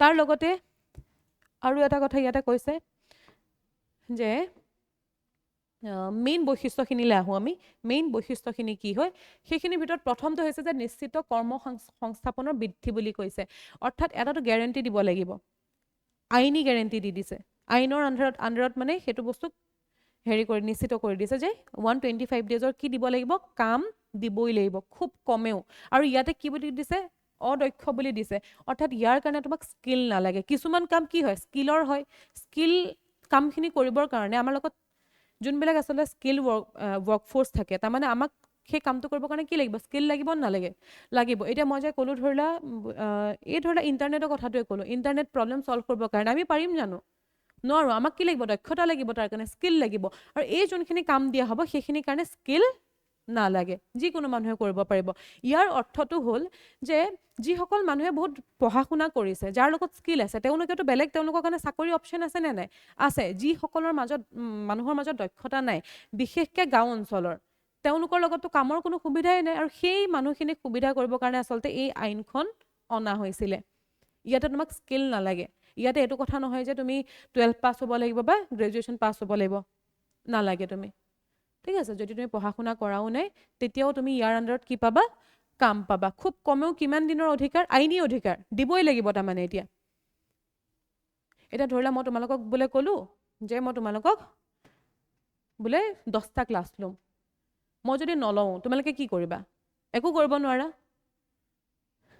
কিন্তু বোলে এনেকুৱা চিষ্টেম ল'বই লাগিব নল'লে বোলে তুমি চিধা মোৰ ওপৰত কেছ কৰি দিব পাৰা সেইটো আইনী সুৰক্ষা হৈ গ'ল মানে তোমাক দিবই লাগিব মই হয় ন ইয়াতো সেইটোৱে কথা যে খুব কমেও মানে তুমি কি দিব লাগিব 125 দিনৰ কাম দিবই লাগিব এটা বছৰৰ হয়নে অদক্ষ শাৰীৰিক কাম মানে য'ত তোমাৰ আচলতে দক্ষতা নালাগে যিখিনি কামৰ কাৰণে তাৰ লগতে নিবনুৱা যোনটো ভাত্তা মানে আমাৰ যোনটো পইচা কথা কৈছে এতিয়া ধৰি লোৱা কিবা কাৰণত কাম বিচাৰি তুমি আবেদনটো কৰিলা আবেদনটো কৰাৰ পিছত 15 দিনৰ ভিতৰত যদি তুমি কাম নোপোৱা অৰ্থাৎ তুমি এপ্লিকেশ্যনটো দিলা, কিন্তু এপ্লিকেশ্যনটো দিয়াৰ পিছতো কি হ'ল 15 দিনলৈকে তুমি কোনো ধৰণৰ কাম নাপালা। তুমি যদি কাম নোপোৱা তেনেহ'লে চৰকাৰে গ্ৰাহকক কি দিব লাগিব, সেই যোনটো নিবনুৱা ভাত্তা, যিটোক আমি আচলতে আনএমপ্লয়মেণ্ট এলাউৱেঞ্চ বুলি কওঁ, সেইটো দিব লাগিব। তাৰমানে তুমি কাম নকৰাকেও তোমাক গভৰ্ণমেণ্টে পইচা দিবই লাগিব। এতিয়া কি কৈছোঁ বুজি পাইছা? প্ৰথমটো হৈছে যে আইনী সুৰক্ষা দিবই লাগিব, যদি নিদিয়ে তুমি কেছ কৰি দিব পাৰা উল্টে। আইনী সুৰক্ষা মানে সেইটোৱে ন। ছেকেণ্ডটো কি বুলি ক'লে, তুমি এপ্লিকেশ্যন দিলা কামৰ কাৰণে, হয়নে? আবেদনখন দিলা, তাৰপিছত 15 দিনৰ পিছতো তুমি কাম নাপালা, তেতিয়া চৰকাৰে তোমাক কি দিব লাগিব? নিবনুৱা ভাত্তা দিব লাগিব, পইচা দিব লাগিব তোমাক। কাম নাথাকাৰ পিছতো তোমাক দিব লাগিব, কাৰণ 15 দিনৰ ভিতৰত কাম দিবই লাগিব। মেইন কথাটো হৈছে যে সেইটো। তাৰ লগতে ইয়াতে দিছে যে এই যে যোনটো পুঁজি হয়, পুঁজিটোৰ বিতৰণ আচলতে কেনেকৈ হ'ব? এই যে পইচাটো দিব লাগিব ন 125 দিনৰ, কোনে দিব পইচাটো? চৰকাৰে দিব, মানে ভাৰত চৰকাৰে দিব নে আমাৰ ৰাজ্য চৰকাৰে দিব নে কোনে দিব? এটা চব আমাৰ যিবিলাক আইন থাকে, যিবিলাক আমাৰ লগত আঁচনি থাকে, গোটেই আঁচনিৰ পইচা কেন্দ্ৰীয় চৰকাৰে নিদিয়েতো, কিছুমান ৰাজ্যিক চৰকাৰেওতো দিয়ে, হয় নে নহয়? আমাৰ ধৰি লোৱা আমাৰ ৰাজ্যৰ মুখ্যমন্ত্ৰীয়ে ধৰি লোৱা কিবা এটা আঁচনি প্ৰদান কৰিছে, তাৰ পইচাটো কোনে দিয়ে? ৰাজ্য চৰকাৰে দিব। এতিয়া এই যোনখন আইন হয়, এখন কেন্দ্ৰীয় চৰকাৰে ঘোষণা কৰা আইন হয় নে নহয়? হয়। কিন্তু এটা কথাটো হ'ল যে কেন্দ্ৰীয় চৰকাৰে গোটেইখিনি খৰচটো বহন কৰিব নেকি? নকৰে। কেনেকৈ হ'ব সেইটো এবাৰ চাবা, যে আমি যদি চাওঁ এই আঁচনিৰ পুঁজিৰ ভাগ কেনেকুৱাকৈ কৰা হৈছে। যোনবিলাক সাধাৰণ ৰাজ্য হয়, এতিয়া সাধাৰণ ৰাজ্য মানে ৰাজ্য বহুত আছে ন আমাৰ, কেইখন আছে ৰাজ্য? ষ্টেট 28খন আছে। 28খনৰ কৈছে যে যোনকেইখন সাধাৰণ মানে য'ত একো স্পেচিয়েলিটি নাই, ঠিক আছে? সাধাৰণ ৰাজ্যসমূহত কি হ'ব? 60-80 ডিভাইড কৰিছে, অৰ্থাৎ 60% কোনে দিব? কেন্দ্ৰই দিব, আৰু 40% কোনে দিব? ৰাজ্যই দিব। মানে টোটেল যোনটো আচলতে খৰচ হ'ব, খৰচৰ 60% খৰচটো কোনে দিব? কেন্দ্ৰই দিব, আৰু 40% আমাৰ ৰাজ্যই দিব। এতিয়া আমি এক্সাম্পলত লৈ লওঁ, ধৰিলা 1000 টকা এটা, 1000 টকা এটা দিব লাগে ধৰিলা কাবাক, হয়নে? এতিয়া এই 1000 টকাৰটোৰ কিমান বুলি ক'লো? প্ৰথমটো হৈছে যে 1000 টকাৰ 60% কিমান হ'ব? 600 টকা হ'বনে? তাৰমানে এই 600 টকাটো কোনে দিব লাগিব? কেন্দ্ৰ চৰকাৰে দিব লাগিব, আৰু যোনটো 400 টকা বাকী থাকিব, সেই 400 টকাটো কোনে দিব? ৰাজ্য চৰকাৰে দিব। সাধাৰণ যোনখিনি ৰাজ্য হয়, এতিয়া সাধাৰণ মানেনো কি বুজাই আছে? এই বাকীকেইখন আমি ডিভাইড কৰিলে সাধাৰণটো গম পাই যাম। যিটো আমাৰ উত্তৰ পূৰ্বাঞ্চল হয়, য'ত আমাৰ কি অসমখনো অন্তৰ্ভুক্ত হৈ আছে। উত্তৰ পূৰ্বাঞ্চল জানা নহয়, উত্তৰ পূৰ্বাঞ্চলৰ কোনকেইখন আছে? উত্তৰ পূৰ্বাঞ্চল, আৰু তাৰ লগতে হিমালয়ৰ যোনকেইখন ৰাজ্য আছে, হিমালয়ৰ ওচৰে পাজৰে যোনকেইখন ৰাজ্য আছে, তাত কেনেকৈ হ'ব? তাত 90% কোনে দিব? কেন্দ্ৰীয় চৰকাৰে। অৰ্থাৎ 900 টকা, 1000ৰ ভিতৰত 900 টকা কোনে দিব? কেন্দ্ৰীয় চৰকাৰে। 100 টকা কোনে দিব? ৰাজ্য চৰকাৰে। ঠিক আছে? তাৰ লগতে কেন্দ্ৰীয় শাসিত অঞ্চল, যাক আমি ইউনিয়ন টেৰিটৰী বুলি কওঁ, য'ত আচলতে কেন্দ্ৰই শাসন কৰে, কোনকেইখন আছে আমাৰ? দিল্লী, দামান এণ্ড দিউ, আৰু দাদৰা এণ্ড নগৰ হাভেলী। এতিয়া একেলগ হৈ গ'ল দামান and Diu and Dadra and Nagar Haveli. তাৰপিছত চণ্ডীগড়, লাডাখ, জম্মু কাশ্মীৰ, তাৰপিছত আৰু পণ্ডিচেৰী, আৰু লাক্ষাদ্বীপ আছেনে? আন্দামান নিকোবৰ, হয়নে? সেই কেন্দ্ৰীয় শাসিত অঞ্চলত কি হ'ব? 100% কোনে দিব? তাতেতো দেখোন চোৱা কেন্দ্ৰই শাসন কৰি আছে, কেন্দ্ৰই শাসন কৰি আছে, ৰাজ্যই কৰি আছে জানো? তাতে ৰাজ্য নহয়, কেন্দ্ৰীয় শাসিত অঞ্চল হয়, অৰ্থাৎ কেন্দ্ৰই শাসন কৰি আছে। তাতে কোনে পইচা দিব? গোটেই কেন্দ্ৰই দিব লাগিব। ইয়াতেতো ৰাজ্যৰ কথা আহিয়ে নপৰে, হয়নে? কাৰণ এতিয়া ৰাজ্যত আমাৰ এটা বেলেগ, ইয়াতে ৰাজ্যখনক শাসন বেলেগে কৰি আছে ন। কেন্দ্ৰীয় চৰকাৰ আৰু ৰাজ্যৰ চৰকাৰ বেলেগ হয় নে নহয়? দুটা আছে নে নাই? আছে, পলিটিত পঢ়ি চাই।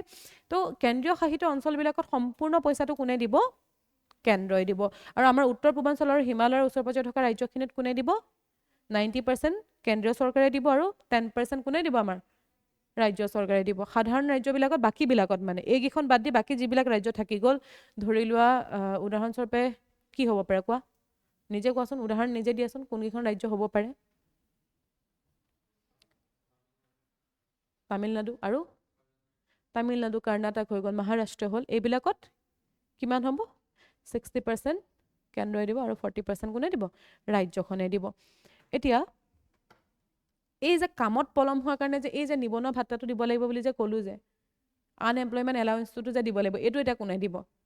এইটোতো 125 ডেজৰ কামৰ হিচাপটোহে হ'ল এই যে পলম কৰিব পলম কৰাৰ কাৰণে কিন্তু ৰাজ্যসমূহেহে ভৰিব লাগিব সেইটো পলম কৰাৰ ফলত আচলতে যোনটো তেওঁলোকে পইচা দিব লাগিব সেই এইটো ক্ষতিপূৰণ হয় ন সেই ক্ষতিপূৰণটো কোনে দিব লাগিব ৰাজ্যই দিব সেইটো নিদিয়ে কেন্দ্ৰৰ ৰেছপন্সিবিলিটি সেইটো নহয় তাৰ লগত ইয়াতে আৰু এটা কথা আনিলে যে কৃষিৰ বাবে বিশেষ বিৰতি এতিয়া এটা বস্তু চোৱা গ্ৰামীণ অঞ্চলৰ কথা কোৱা হৈছে ইয়াতে গ্ৰামীণ অঞ্চলৰ প্ৰতি ঘৰ মানুহতে কৃষিটো হয় খেতি হয় নে নহয় হয় এটা খেতিৰ ফলততো সময়টোতো অলপমান বেলেগ হৈ গুচি যায় যিটো সময়ত খেতিৰ কাম চলি থাকে সেইটো সময়ত জানো কাম কৰাটো সম্ভৱ হ'ব তেওঁলোকে নহয় সেইটো কাৰণে কি কোৱা হৈছে যে কৃষিৰ বাবে এটা বিশেষ বিৰতি দিয়া হ'ব আৰু যোনটো আচলতে কৃষিৰ বাবে আমাৰ যোনটো মেইন সময় হয় যিটো সময়ত আচলতে খেতি বাৰীত চোৱা সকলো সময়তেতো আমি খেতি বাৰীত হেৰি হৈ নাথাকো ব্যস্ত হৈ থাকো জানো নাথাকো এটা সময়হে যিটো সময়ত আমি খেতিত বেছিকে দিব লগা হয় সেই যোনটো মুখ্য সময় থাকিব অৰ্থাৎ সেই হিচাৰ বা যোনটো চপোৱাৰ সময় হ'ব সেই সময়খিনিত কি হ'ব যে শ্ৰমিকৰ নাটনি নহ'বলৈ ৰাজ্যসমূহে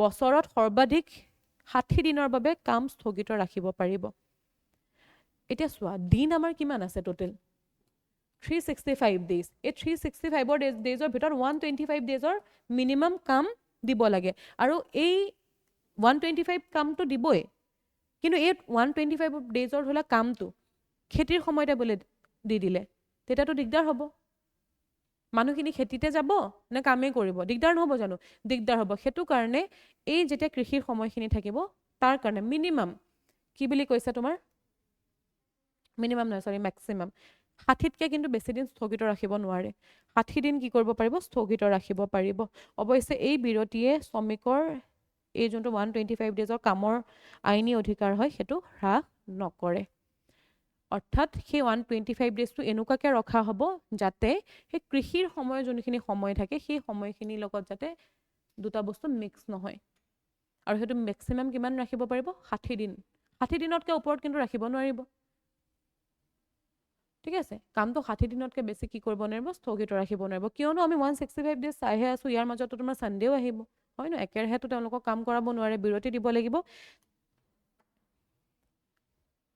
তাৰ লগতে পৰিকল্পনা আৰু উন্নয়নৰ ক্ষেত্ৰসমূহ যদি হয় বিশেষকৈ এই আঁচনিৰ অধীনত আচলতে কি কাম কৰাৰ কথা ভাবিছে কিবা এটাতো কাম কৰাব ন ক'ৰ পৰা কাম দিব কাম হ'লেহে কাম হেৰি কৰিব পাৰিব এটা কাম কিহৰ ওপৰত দিব বুলি দিছে প্ৰথমটো হৈ যাব জল সুৰক্ষা অৰ্থাৎ পানীৰ সংৰক্ষণকে ধৰি পেলাই জলসিঞ্চনৰ কাম কৰাব তাৰ লগতে ছেকেণ্ডটো হৈছে যে মৌলিক গ্ৰামীণ আন্তঃগাঁথনি মানে ৰাস্তা পদূলি সেইটো আন্তঃগাঁথনিৰ আণ্ডাৰতে আহে ন সেইবিলাক প্ৰয়োজনীয় যোনবিলাক ব্যৱস্থা হয় তাৰ লগতে জীৱিকা সম্পৰ্কীয় আন্তঃগাঁথনি মানে উপাৰ্জন বৃদ্ধি কৰিব পৰা সম্পদৰ সৃষ্টি এতিয়া ৰাস্তাটো বনাই পেলাই এটা টাইমত বনাই পেলাই শেষ হৈ গুচি যাব ৰাস্তাটোৱে কিবা উপাৰ্জন দিব জানো তোমাক নিদিয়ে তেওঁলোকে কি কৈছে যে ইয়াতে এনেকুৱা আন্তঃগাঁথনি বনোৱাৰ কথা কৈছে যিটোৱে কি কৰিব উপাৰ্জন বৃদ্ধি কৰিব পৰা সম্পদৰ সৃষ্টি কৰিব অৰ্থাৎ সেই বস্তুটোদি তুমি পিছৰ ফাললৈও কি কৰি থাকিব পাৰিবা এটা ইনকাম আৰ্ন কৰি থাকিব পাৰিবা সেইটো কথা কোৱা হৈছে ইয়াতে ৰাস্তাটো ঠিক আছে ৰাস্তাটোতো আমাৰ মৌলিক গ্ৰামীণ আন্তঃগাঁথনিৰ ভিতৰত আহি যায় কিন্তু ৰাস্তাটো এবাৰ হোৱাৰ পিছত তোমাক ৰাস্তাটোৱেতো একো ইনকাম দি নাথাকে দিব নেকি নিদিয়ে কিন্তু এটা জলসিঞ্চন ব্যৱস্থা ধৰি লোৱা কোনোবা এটা জেগাত জলসিঞ্চন ব্যৱস্থা কৰা হৈছে হয়নে মানুহে সেইটো কামতো নিয়োগ হৈ থাকিব পাৰে পিছৰ ফাললৈ পাৰে নে নোৱাৰে পাৰে অৰ্থাৎ এনেকুৱা ধৰণৰ সম্পদৰো সৃষ্টি কৰিব যিটোৱে পিছৰ ফাললৈও কি কৰিব উপাৰ্জনৰ এটা ৰাস্তা দেখাই দিব তাৰ লগতে জলবায়ু সহনশীলতা অৰ্থাৎ এই যে আমাৰ জলবায়ুৰ ইমান পৰিৱৰ্তন হৈ আছে বতৰটো যে ইমান খেলিমেলি হ'বলৈ আৰম্ভ কৰিছে সেই প্ৰভাৱ হ্ৰাস কৰিব পৰা কিছুমান ব্যৱস্থাও গঠন কৰা হ'ব ইয়াতে কি হ'ব জলসিঞ্চন ব্যৱস্থা ভাল কৰিব হয়নে ধৰা বৰষুণৰ পানী যোগান ধৰাকে ধৰি পেলাই এই মুঠতে জলবায়ুটো ৰক্ষা কৰিবৰ কাৰণে যিবিলাক কাম হ'ব পাৰে সেই কামখিনিত নিয়োগ কৰিব ক'ৰবাত ধৰিলা গছ-গছনি ৰোপণ কৰা কামো হ'ব পাৰে হয় ন তাৰমানে এই চাৰিটা ক্ষেত্ৰত আচলতে কাম কৰা হ'ব মনত ৰাখিবা ইম্পৰ্টেণ্ট হয় প্ৰতিটো কোনকেইটা কামত কৰা হ'ব তাৰ লগতে ইয়াতে বিকেন্দ্ৰীকৰণ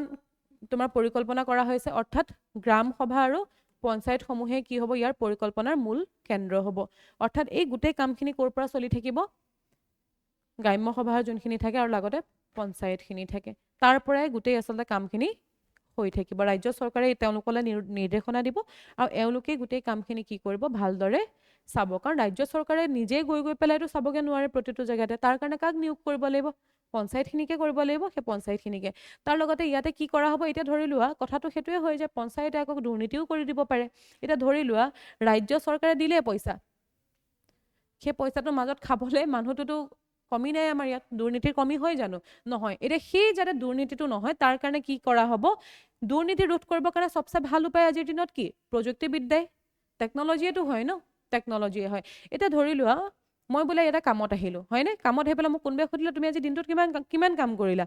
কোনে চাই থাকিব মই কিমান কাম কৰিলো? মই বোলে কৰিলো মই 8 ঘণ্টা কৰিলো, বা মই কৈ দিলো 8 ঘণ্টা মই অফিচত আছিলো। কোনোবাই নেদেখোঁতে মই যেনিবা ওলাইও গুচি গ'লো, কোনোবাই নেদেখোঁতে মই আহিলো। মই মিছাকেতো ক'ব পাৰোঁ 8 ঘণ্টা কাম কৰিলো। তাৰ কাৰণে কি কৰা হয় অফিচবিলাকত? বায়'মেট্ৰিক লগোৱা হয়নে? ফিংগাৰপ্ৰিণ্ট, তুমি কোনটো টাইমত এণ্ট্ৰি কৰিছা আৰু কোনটো টাইমত গৈছা সেইটো যাতে গম পায়। ইয়াতেও কি কৰা হ'ব, দুৰ্নীতি ৰোধৰ বাবে আচলতে বায়'মেট্ৰিক প্ৰমাণীকৰণ লগোৱা হ'ব। জিঅ' টেগ মানে হৈছে, জিঅ' টেগিং মানে হৈছে তুমি ক'ত গৈ কাম কৰি আছা। এতিয়া এনেইতো কৈ দিলে নহ'ব আমুক জেগাত বোলে কাম হৈ আছে, হয়নে? ক'ত হৈ আছে, কেনেকৈ হৈ আছে, গোটেই বস্তুবিলাকৰ কি কৰা হ'ব, ৰেকৰ্ড ৰখা হ'ব। আৰু তাৰ লগতে ৰিয়েল টাইম ডেছবৰ্ড মানে হৈছে যে তুমি কোনটো সময়ত কি কাম হ'ল, মানে ডেইলি আপডেট হ'ব যে আজি ইমানখিনি কাম হ'ল। ডেইলি বস্তুবিলাক কি হ'ব, আপডেট হ'ব, যাতে বস্তুটো কি হয়, দুৰ্নীতিমুক্ত হৈ থাকে। নহ'লেতো দুৰ্নীতি হোৱাৰ চান্স থাকে, থাকিব নাথাকে? থাকিব। তাৰ লগতে ইয়াৰে যোনবিলাক গ্ৰাম সভা থাকে তেওঁলোকৰ পৰা সামাজিক নিৰীক্ষণ ব্যৱস্থা কৰা হ'ব, যিটোক আমি কি বুলি কওঁ, ছ'চিয়েল অডিট বুলি কওঁ। যেতিয়া আমি এথিক্স পঢ়োঁ, এথিক্সতো আমি শব্দটো দেখিবলৈ পাওঁ, ছ'চিয়েল অডিট। অডিটিং কি হয় জানানে? অডিটিং কি হয় জানানে? অডিট কৰা কথাটো তুমি শুনি পাইছা চাগে, যে বছৰৰ শেষৰ ফালেতো বহুত কথা শুনি পায় ন, এই অডিটৰ টাইম হৈছে। কোম্পানীয়ে হওক বা তোমাৰ নিজৰ যদি ইনকামেই হওক, ইনকাম এইবিলাকৰ ক্ষেত্ৰতো কি কৰিব লগা হয়, অডিট কৰিব লগা হয়। অডিট কিহৰ কাৰণে কৰিব লগা হয়? গোটেই বছৰটো তুমি যিখিনি ট্ৰেনজেকশ্যন কৰিলা, যিখিনি হিচাপ, সেই হিচাপখিনি মিলোৱা হয় সঠিক মতে, যে ইমানখিনি পইচা আহিলে, ইমানখিনি পইচা গ'ল। তাৰমানে কিহৰ কাৰণে কৰা হয় এইটো? যাতে একাউণ্টেবিলিটি থাকে, হয়নে? এতিয়া মই বোলে ধৰি লোৱা এটা বিজনেছ ষ্টাৰ্ট কৰিলোঁ, নিজৰ বোলে মোৰ লগত 4জন পাৰ্টনাৰ আছে। এতিয়া গোটেই বছৰটোততো ক'ত খৰচ কি হৈ আছে সদায়তো হিচাপ নাথাকিব, থাকিব নাথাকে? নাথাকে। ডেইলি ষ্টেটমেণ্ট এটাতো মেইনটেইন কৰা হ'ব, কিন্তু ডেইলি আমাৰ হিচাপটো থাকিব জানো? নাথাকে। বছৰৰ শেষত গৈ পেলাই কি কৰা হয়, অডিট কৰা হয়। অৰ্থাৎ প্ৰতিটো খৰচ ভালদৰে চালি জাৰি চোৱা হয়, কিমান আহিলে কিমান গ'ল গোটেইখিনি বস্তু। তাত কি হ'ব, তাত ধৰা পৰি যাব কোনোবাই যদি কিবা এটা খেলি মেলি কৰিছে। পৰিব নপৰে? পৰে। এতিয়া সেই অডিটটোতো আমাৰ কোম্পানীৰ ক্ষেত্ৰত হৈ যায়, সেইটো ফাইনেন্সিয়েল অডিট হয়। আমাক চৰকাৰেও কৰে, প্ৰতিটো তোমাৰ ইয়াতে যিমান আছে চৰকাৰী কাৰ্যালয় চবতে অডিট হয়, হয়নে? এতিয়া ইয়াতে ছ'চিয়েল অডিটৰ কথা কৈ আছে, সামাজিক নিৰীক্ষণৰ কথা। তাৰমানে তুমি ইয়াতে সামাজিকভাৱে ইয়াতে দায়বদ্ধ হ'ব লাগিব, নিজৰ হিচাপটো দিব লাগিব যে ইমানখিনি কাম আছিলে, ইমানখিনি কাম হ'ল, হয়নে? সেইটো দি কি হ'ব, সেইটো দি তোমাৰ এটাটো হৈছে দুৰ্নীতি ৰোধ হ'ব। আৰু তাৰ লগতে একাউণ্টেবিলিটি দি কি হয়, একাউণ্টেবিলিটি দি কামটো ভালদৰে হয়। কাৰণ তুমি ক'ৰবাত গৈ পেলাই এনচাৰ এটা দিবগৈ লাগিব, লাগিব নালাগে? লাগিব। এতিয়া তোমালোকে পঢ়ি আছা, পঢ়ি থকাৰ কাৰণত তোমালোকে ঘৰৰ মানুহখিনিৰ কাৰণে একাউণ্টেবল হয় নে নহয়? পঢ়াই আছে ন, একাউণ্টেবল হয়, মোক পঢ়াই আছে, মই উত্তৰ দিব লাগিব পিছত। মই যদি এক্সামটো ক্লিয়াৰ কৰিব নোৱাৰোঁ, মই কিবা এটা উত্তৰ দিব লাগিব, লাগিব নালাগে? লাগিব। সেইটো কি কৰিব, বৃদ্ধি কৰিব। আৰু লগতে ট্ৰেন্সপাৰেঞ্চি অৰ্থাৎ স্বচ্ছতাটো বৃদ্ধি কৰিব। ঠিক আছে? এইকেইটাই আমাৰ মেইন ইয়াৰ উদ্দেশ্য হয়, এই গোটেই আইনখনৰে। আগৰ পৰা আছিলে, কিন্তু এতিয়া অকণমান কি কৰা হৈছে, সলনি কৰা হৈছে। ইম্পৰ্টেণ্ট হয়, ঠিক আছে? মেইনছৰ কাৰণেও ইম্পৰ্টেণ্ট হয় আৰু প্ৰিলিমছৰ কাৰণেও ইম্পৰ্টেণ্ট হয়। এতিয়া আজি আমাৰ বিশেষকৈ প্ৰিলিমছৰ কাৰণে এইখিনি টপিক ইম্পৰ্টেণ্ট আছিলে। এতিয়া আমাৰ আমি আগতে ডিছকাছ কৰা নিচিনাকৈ আমাৰ কাৰেণ্ট এফেয়াৰ্ছৰ শ্বিডিউলটো অকণমান সলনি হ'বলৈ গৈ আছে। আগতে আমি উইকলি কৰি আছিলোঁ, কিন্তু এতিয়াৰ পৰা আমি উইকলি নকৰি পেলাই উইকত আমি 3 দিনকৈ কৰিম, হয়নে? 3 দিনকৈ কৰিম। আৰু বিশেষকৈ প্ৰিলিমছৰ কাৰণে যিখিনি বস্তু ইম্পৰ্টেণ্ট হয়, আমি ছাবজেক্ট ৱাইজ বিশেষকৈ এতিয়া আমি কি কৰি আছিলোঁ, এতিয়া গোটেই ছাবজেক্টখিনি আমি মিলাই পেলাই লৈ আছিলোঁ, যোনটো ইম্পৰ্টেণ্ট হয়। কিন্তু আমাৰ নিউ ইয়েৰৰ পিছৰ পৰা কি হ'ব, এতিয়াৰ পৰা ছাবজেক্ট ৱাইজ বেলেগ বেলেগ দিনাখন হ'ব, ঠিক আছে? কথাটো এনেকুৱা হ'ব, এতিয়া ধৰি লোৱা আমি কি কৰি আছিলোঁ, আমাৰ উইকত এফালে Monday, Tuesday, Wednesday, Thursday, Friday, Saturday, আমি এই 5টা দিনৰ কাৰেণ্ট এফেয়াৰ্ছ একেলগে লৈ কেতিয়া কৰি আছিলোঁ, ছেটাৰডে কৰি আছিলোঁ, হয়নে? আমি ছেটাৰডে কৰি আছিলোঁ। এতিয়া আমি কি কৰিম, এই যে 5টা দিনৰ কাৰেণ্ট এফেয়াৰ্ছ হয়, এই 5টা দিনৰ কাৰেণ্ট এফেয়াৰ্ছ শ্বিফ্ট হ'ব কেতিয়ালে, মানডে, ৱেডনেছডে, ফ্ৰাইডে অৰ্থাৎ এই আগৰ উইকত এই 5 দিনৰ যিমান ধৰি লোৱা পলিটিৰ নিউজ আছে বা ইণ্টাৰনেশ্যনেল ৰিলেশ্যনৰ নিউজ আছে বা বেলেগ আমি ছাবজেক্টখিনি মিলাই ল'ম তেনেকুৱাকৈ কোনদিনাখন কি কৰোঁ সেই চিডিউলটো তোমালোকে পাই যাবা পিছতকৈ ধৰি লোৱা এই গোটেই 5 দিনত পলিটিৰ যিমান নিউজ আছে সেইটো ধৰি লোৱা আমি কেতিয়া কৰিম মানডে কৰিম জিঅ'গ্ৰাফি আৰু এনভাইৰনমেণ্টৰ যিমানখিনি নিউজ আছে ধৰি লোৱা গোটেইখিনি আমি কেতিয়া কৰিম ৱেডনেছডে কৰিম বাকী টপিকবিলাকৰ যিমান নিউজ আছে কোনদিনাখন কৰিম আমি ফ্ৰাইডে কৰিম আমি এটা ভাগ কৰি দিম ভাগ কৰি দিয়াৰ কাৰণে কি হ'ব তোমাৰ ওচৰত লোডটো অলপমান কমি গুচি যাব হয়নে ডেইলি তোমালোক অলপমান এনেকুৱা হ'ব যে ডেইলি তোমাৰ এংগেজমেণ্টটো বাঢ়ি যাব এতিয়া কি হৈ আছিলে এতিয়া গোটেই উইকটোৰ একেলগতে আমি ল'ব লগা হয় হয়নে ডেইলি কৰিলে আমাৰ কি হৈ যাব অলমষ্ট ডেইলি নিচিনাই হৈ যায় কাৰণ মাজত এটা দিনেই গেপ হয় আগৰ উইকৰ হ'ব সেইটো আৰু এইটো উইকৰ নেক্সট উইকৰ হ'ব ঠিক আছে সেইটো দি আমাৰ কি হ'ব পঢ়াত অলপমান হেল্প হ'ব ঠিক আছে এই পিডিএফটো আপলোড হৈ যাব এই পিডিএফটো আপলোড কৰি দিয়া হ'ব ঠিক আছে তেনেহ'লে আমি নেক্সট কেতিয়া লগ পাম কি হ'ব সেই বস্তুখিনি তোমালোকে আপডেটটো পাই যাবা হ'ব